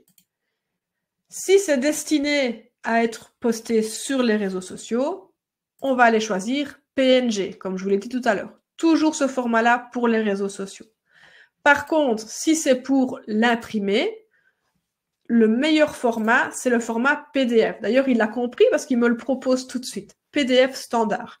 Ce format-là, c'est ce qui va le moins se modifier à l'impression. Ça va pas se modifier, même ça va être exactement le même résultat quand ça sort de votre imprimante. Donc, si vous voulez imprimer ou l'envoyer à un imprimeur pour que lui il l'imprime, le format PDF, c'est le meilleur format. Donc, choisissez PDF pour tout ce qui est impression. Donc là, vous avez créé un menu. Vous pouvez aussi aller l'enregistrer dans votre dossier. Donc moi, je vais aller de nouveau dans mon dossier test Horeca que j'ai créé tout à l'heure et je vais aller l'ajouter dans mon dossier. Ce qui est pratique en faisant ça, c'est que quand vous allez retourner dans votre dossier, je vais rafraîchir la page pour être sûr qu'il est bien pris en compte mes dernières modifications. Je vais aller dans les... Voilà, ici c'est Antipasti, donc c'est mon visuel ici de mon menu. Si je veux recréer un nouveau menu, ben, soit je vais modifier celui-là directement dans le menu, soit non, j'aimerais bien le garder parce que je sais que tous les hivers ça va être le même menu et je veux juste créer une version pour l'été par exemple. Je vais faire une copie de ce menu-là pour ne pas devoir tout recréer de zéro. Je vais aller sur Fichier et alors je vais le dupliquer. Vous voyez ici, il y a Dupliquer.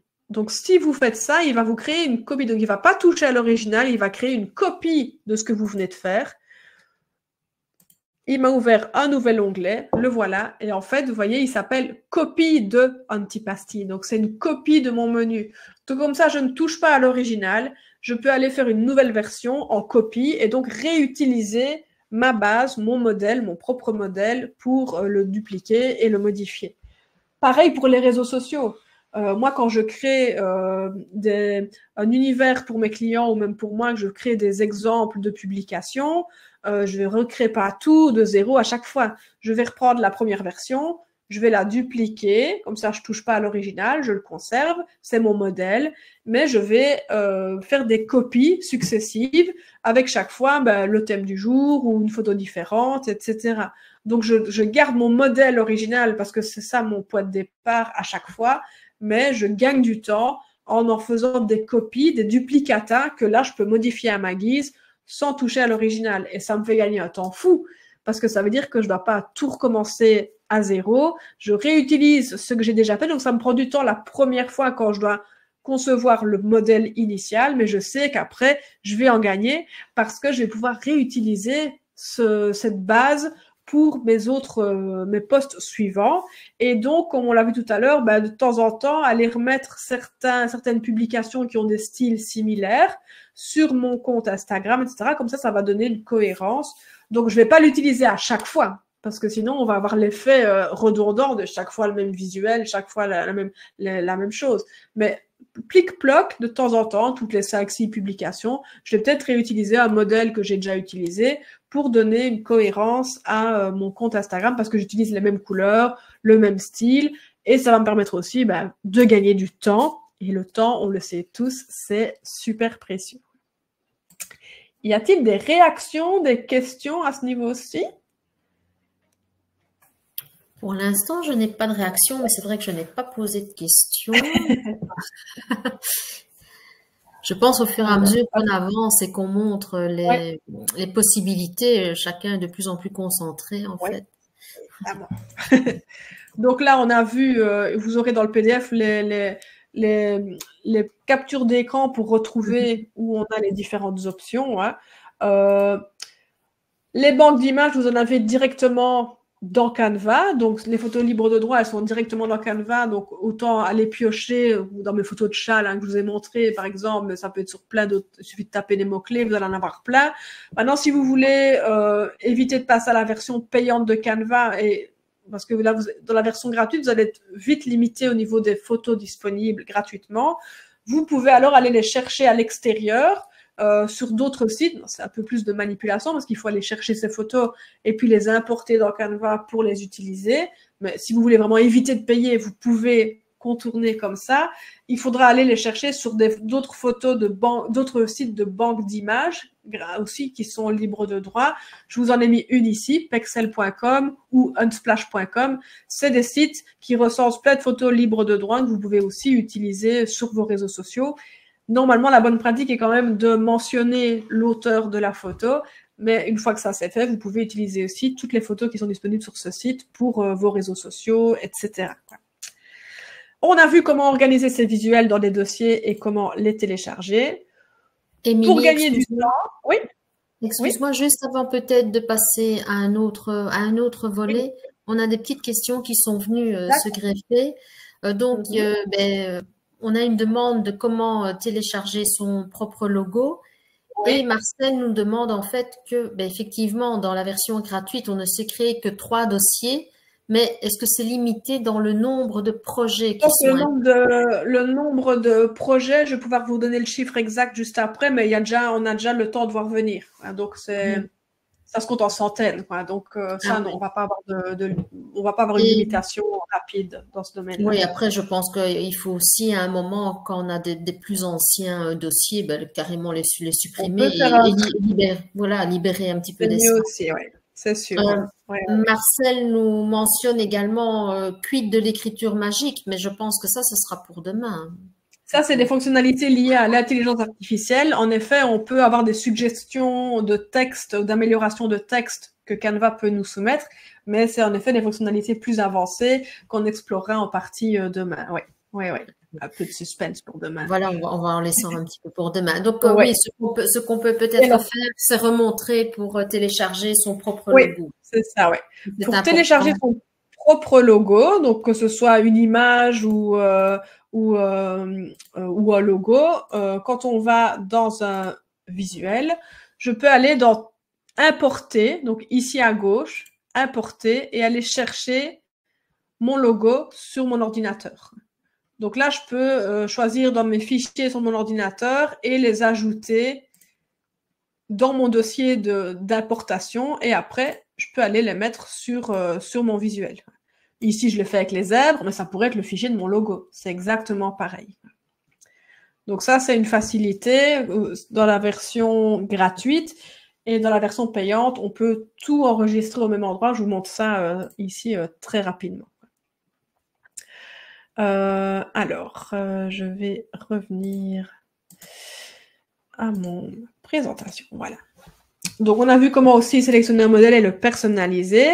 Donc, on peut vraiment, là, c'est une couverture Facebook. Ça, par exemple, ça a été créé à partir d'un modèle dans Canva. Donc, on peut vraiment repartir de modèles existants et les adapter. Ça, c'est bar à vin ici à Verviers. Ils ont pris un modèle, on a pris des photos libres de droit, on a mis le nom du bar à vin et en quelques clics, on a une belle couverture pour sa page Facebook avec un modèle réutilisé depuis Canva.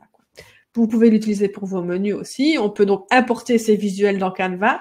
Dans le PDF, je vous ai mis la marche à suivre, donc vous l'aurez justement. Si y en a qui n'ont pas compris exactement comment il fallait faire, dans le PDF, vous aurez l'importation, le mode d'emploi ici pour l'importation depuis votre ordinateur et on peut aussi le faire depuis le smartphone.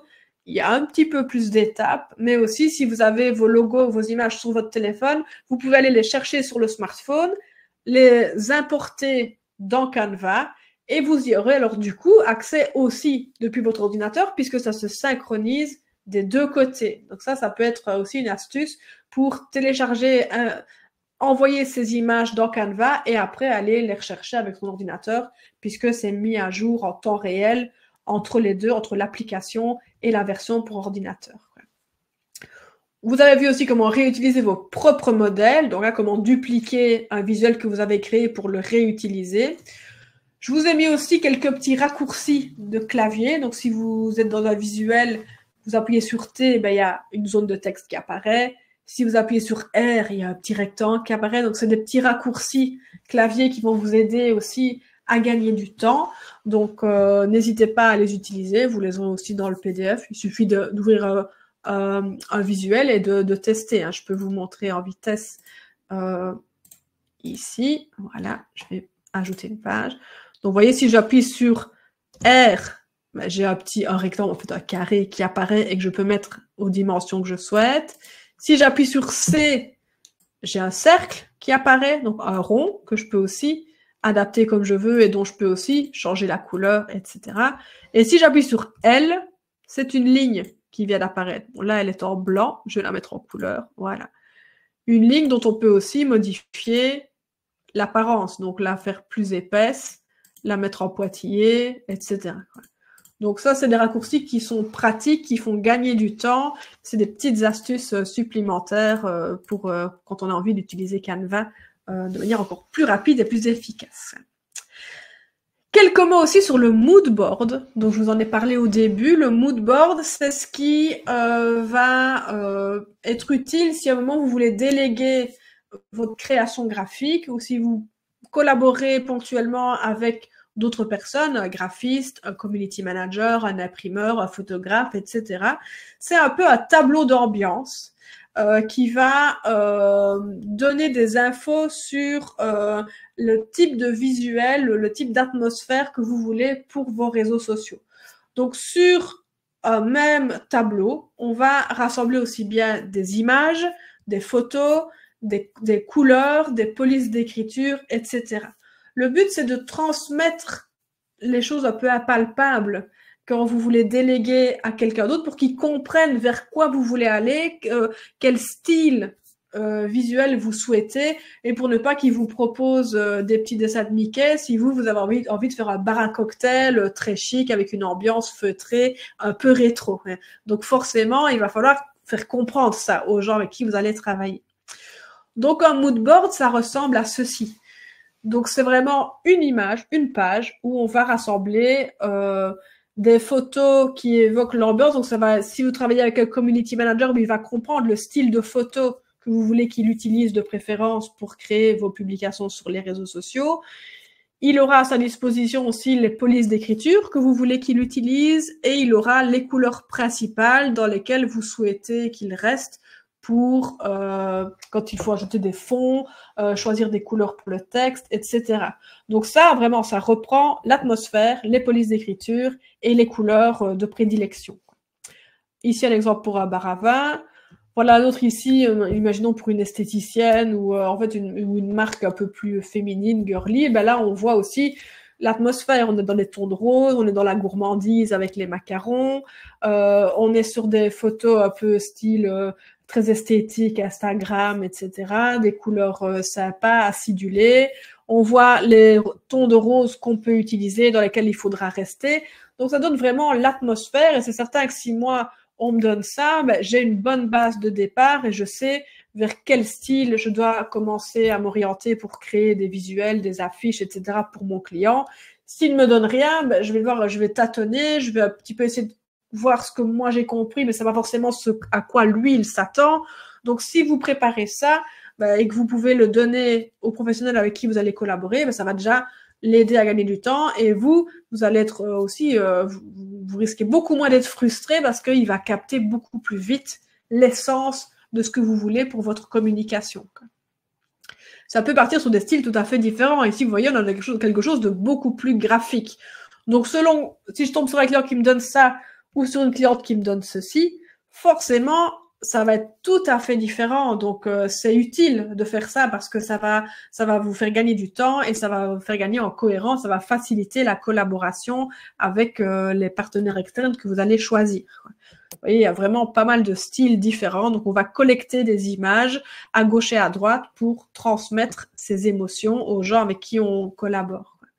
Si vous voulez créer des mood boards, un mood board dans Canva, ben, ça existe aussi dans les modèles. Tout existe quasiment dans Canva. Donc, vous allez taper aussi mood board.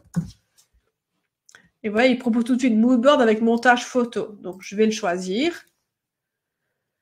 De nouveau, il m'ouvre une page blanche, mais format A4 en gros, mais horizontal. Et vous voyez, il y a déjà plein de mood boards en fait disponibles.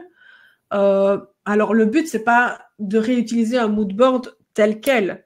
C'est de prendre un modèle de présentation. Cet écran-là, on le voit. Voilà. Chaque fois de le partager. Je vais recommencer. Alors, désolée. J'essaie d'y penser, mais pas chaque fois. Je vais alors, voilà. Donc ici, j'ai ouvert Moodboard. Donc, il m'a ouvert rectangle. Et je vois dans la colonne de gauche, il me propose déjà plein de modèles de mood board, quoi. Donc ici, c'est juste des modèles de mise en page. Ça ne veut pas dire que vous allez l'envoyer tel quel à la personne avec laquelle vous allez collaborer. Vous allez en choisir un parce que vous trouvez que la mise en page est sympa, mais vous allez après le personnaliser. Donc, imaginons, moi, si je suis restaurant italien, ben, je vais taper peut-être Italie, voir ce qu'il me propose comme photo sur le thème de l'Italie. Je vais peut-être mettre restaurant. Et je vais aller choisir les atmosphères que moi je veux pour mon restaurant, quoi. Donc moi je veux que les visuels qu'on va utiliser évoquent les petites tables de trattoria italienne. Je veux aussi que ça évoque peut-être l'apérole. Je sais pas si là, oui, apérole, voilà. Quand on dans des tons lumineux, d'orange, de jaune, etc. Je vais peut-être choisir un citron de la côte amalfitaine, parce que ça aussi, c'est vraiment l'Italie. Je vais le mettre là. Donc ça, bah, forcément, si j'envoie ça à un graphiste, il va comprendre ce que je veux véhiculer comme atmosphère pour mon établissement. Donc ça va l'aider, en fait. Plutôt que de mettre des mots, de devoir expliquer, je préférerais ceci, ou tu vois les trucs là. Mais non, on rassemble sur un écran des photos, des styles, et ça va aider vraiment les créateurs graphiques qui vous accompagneront à mieux comprendre ce que vous voulez exactement. Donc le mood board, il sert à ça, il ne sert pas juste à faire joli, il va vraiment servir à donner de la cohérence à votre communication, vous faire gagner du temps et amener de la fluidité dans votre collaboration avec les graphistes, les imprimeurs, les community managers, etc. Donc, ça va faire gagner du temps à tout le monde et tout ça sera beaucoup plus fluide et plus efficace. Donc ça, c'est pour l'utilité du mood board. Maintenant, on va juste terminer sur les différences entre la version gratuite et payante de Canva. Est-ce que ça, on me pose tout le temps la question, est-ce que ça vaut la peine de passer à Canva Pro? Alors, c'est pas à moi de vous donner la réponse, même si j'aurais envie de vous dire oui, mais dans un premier temps, non. Comme je vous l'ai dit, faites d'abord vos premiers pas avec la version gratuite, explorez d'abord tout ce qui est disponible dans la version gratuite. Ça ne sert à rien dans un premier temps d'aller payer parce que vous n'allez pas utiliser forcément les fonctionnalités payantes. Mais moi, je vais quand même vous montrer les principales différences entre une version et l'autre. Déjà, la version gratuite, ben, c'est 0 €. La version payante, elle est à 12 € par mois si vous choisissez un paiement mensuel. Donc, chaque mois, vous pouvez décider d'arrêter. Vous avez un mois gratuit. Après, vous prenez un abonnement pour un mois. Si vous voyez que vous n'en avez pas l'usage, vous arrêtez et vous en restez là. Pas de problème. Ils vont pas vous débiter plus que les 12 € du premier mois. Vous arrêtez d'un mois à l'autre quand vous voulez. Alors là, c'est 12 €. Si vous vous engagez pour un an, vous payez alors en une fois pour l'année. Et là, c'est 110 € hors TVA pour l'utiliser de façon illimitée. Alors, il est mis pour une personne. Maintenant, si vous êtes plusieurs dans la même famille, si vos enfants veulent l'utiliser pour faire leurs exposés pour l'école, etc., mais il suffit de partager vos identifiants et de créer chacun votre dossier. Et vous pouvez aussi utiliser Canva à plusieurs. Hein. Donc, on peut aussi le partager comme ça. Je ne devrais pas le dire, mais je vous le dis. Donc, 110 € par an. Moi, je vous avoue que même quand j'avais encore mon magasin, j'étais passé à la version payante de Canva parce que elle offre tellement de possibilités que pour 110 € sur l'année, je crois que c'était les 110 € les mieux dépensés de toute mon année dans mon budget. Parce que ça m'a permis d'avoir tellement d'autonomie et de créativité et d'améliorer ma présence sur les réseaux sociaux. Pour 110 €, j'aurais pas voulu m'en passer. Voilà ici les fonctionnalités différentes entre les deux, les fonctionnalités qui sont les plus marquantes. Donc, au niveau des modèles utilisables, des photos libres de droit, ben, dans la version payante, on a accès à tous les modèles, alors que dans la version gratuite, pas tous les modèles et pas toutes les images non plus. On peut aussi, donc on a plus de stockage, vous voyez, espace de stockage, dans la version gratuite, c'est 5 gigas, ce qui est quand même déjà énorme. Dans la version payante, c'est 100 gigas et plus de dossiers potentiels. Donc, 5 gigas, vous avez déjà le temps hein, avant d'être au bout des 5 gigas.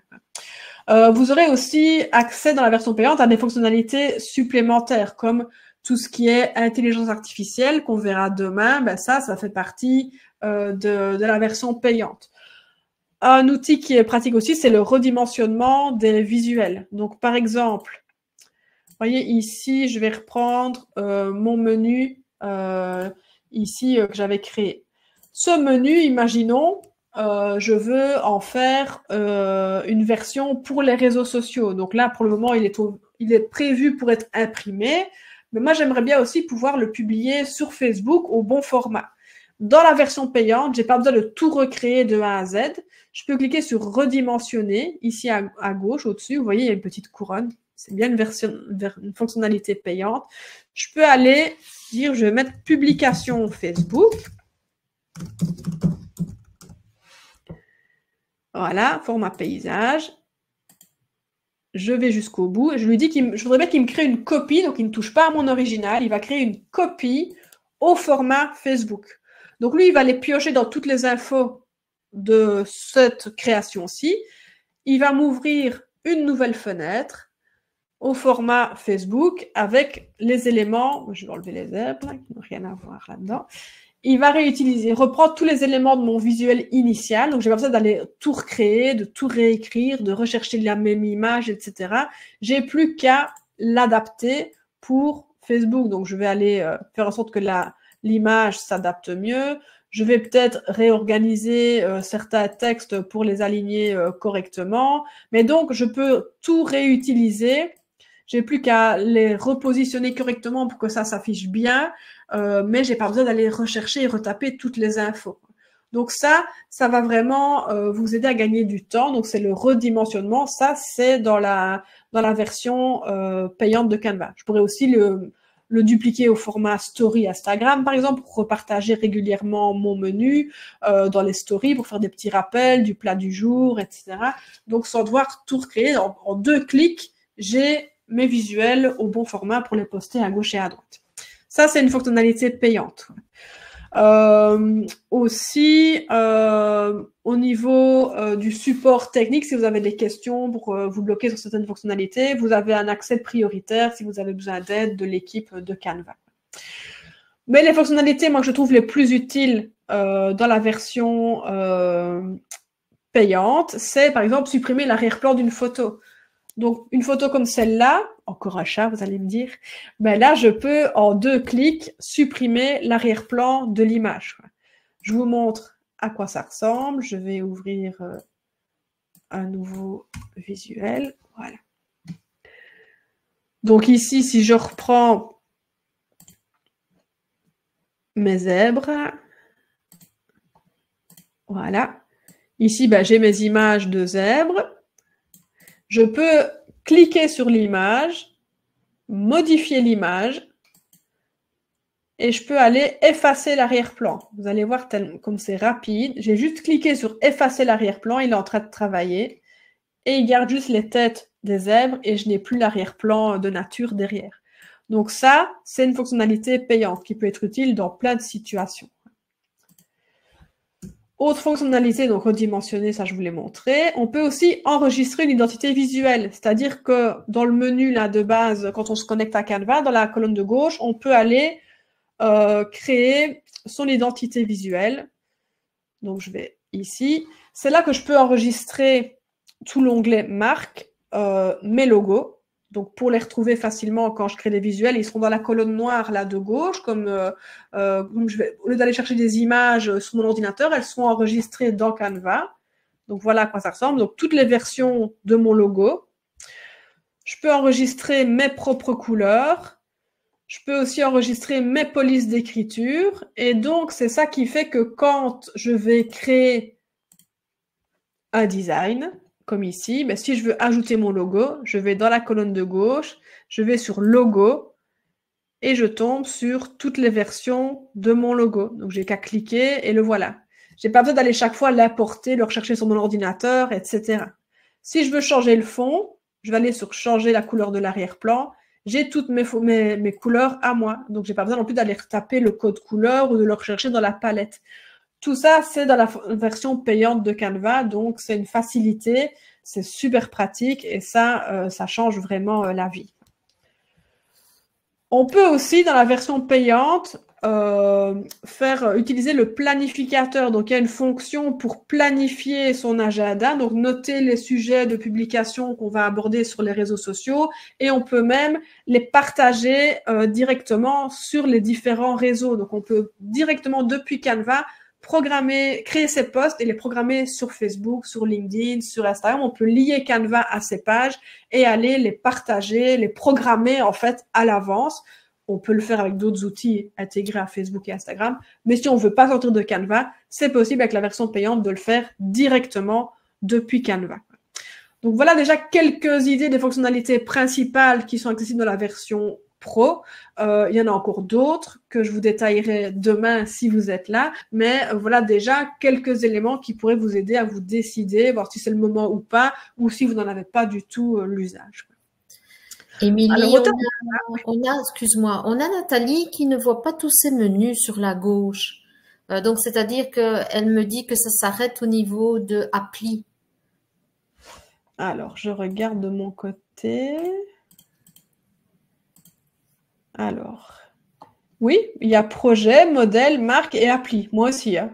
Ça va pas plus bas. C'est quand on clique sur un menu qu'il ouvre encore d'autres sous-menus, en fait. Donc, c'est là qu'on va trouver, si on descend, le planificateur, là, que je viens de vous montrer. Il faut aller dans Appli et puis dans Planificateur. Maintenant, les applis, c'est justement ça qu'on va explorer demain soir. Ah non, en fait, c'est vraiment quand on est déjà dans un projet et que là, elle n'a pas les petits, les petits pictogrammes en blanc qui sont détaillés. Oui. Je pense que c'est ça que Nathalie veut dire. Ah oui, d'accord. Alors, il faut aller, la première fois, certains, il faut les ajouter. Je crois que c'est justement dans Appli. Et puis, il faut taper logo, par exemple. Je pense. Et là, il va vous proposer logo. Donc là, il faut aller l'ajouter dans la colonne de gauche. Il faut la personnaliser, en fait, sa colonne de gauche. C'est vrai qu'au départ, elle est standard. Et on va aller la personnaliser avec ce qu'on veut y ajouter comme raccourci les plus utiles pour soi. Donc pour ça, il faut aller dans Appli et taper photo, logo, etc. Ce que vous voulez ajouter. Donc si vous voulez avoir accès à vos logos rapidement et les avoir à portée de main, vous cliquez sur Appli, puis sur logo et vous cliquez ici pour qu'il s'ajoute dans la colonne de gauche. Moi, je l'ai déjà fait, donc sinon, dès qu'on clique dessus, il s'ajoute ici. Alors, vous pouvez vraiment la personnaliser avec ce que vous utilisez le plus souvent. Donc voilà un petit peu ce que je pouvais vous délivrer. C'était quand même assez dense, hein, il y a beaucoup de choses. Oui.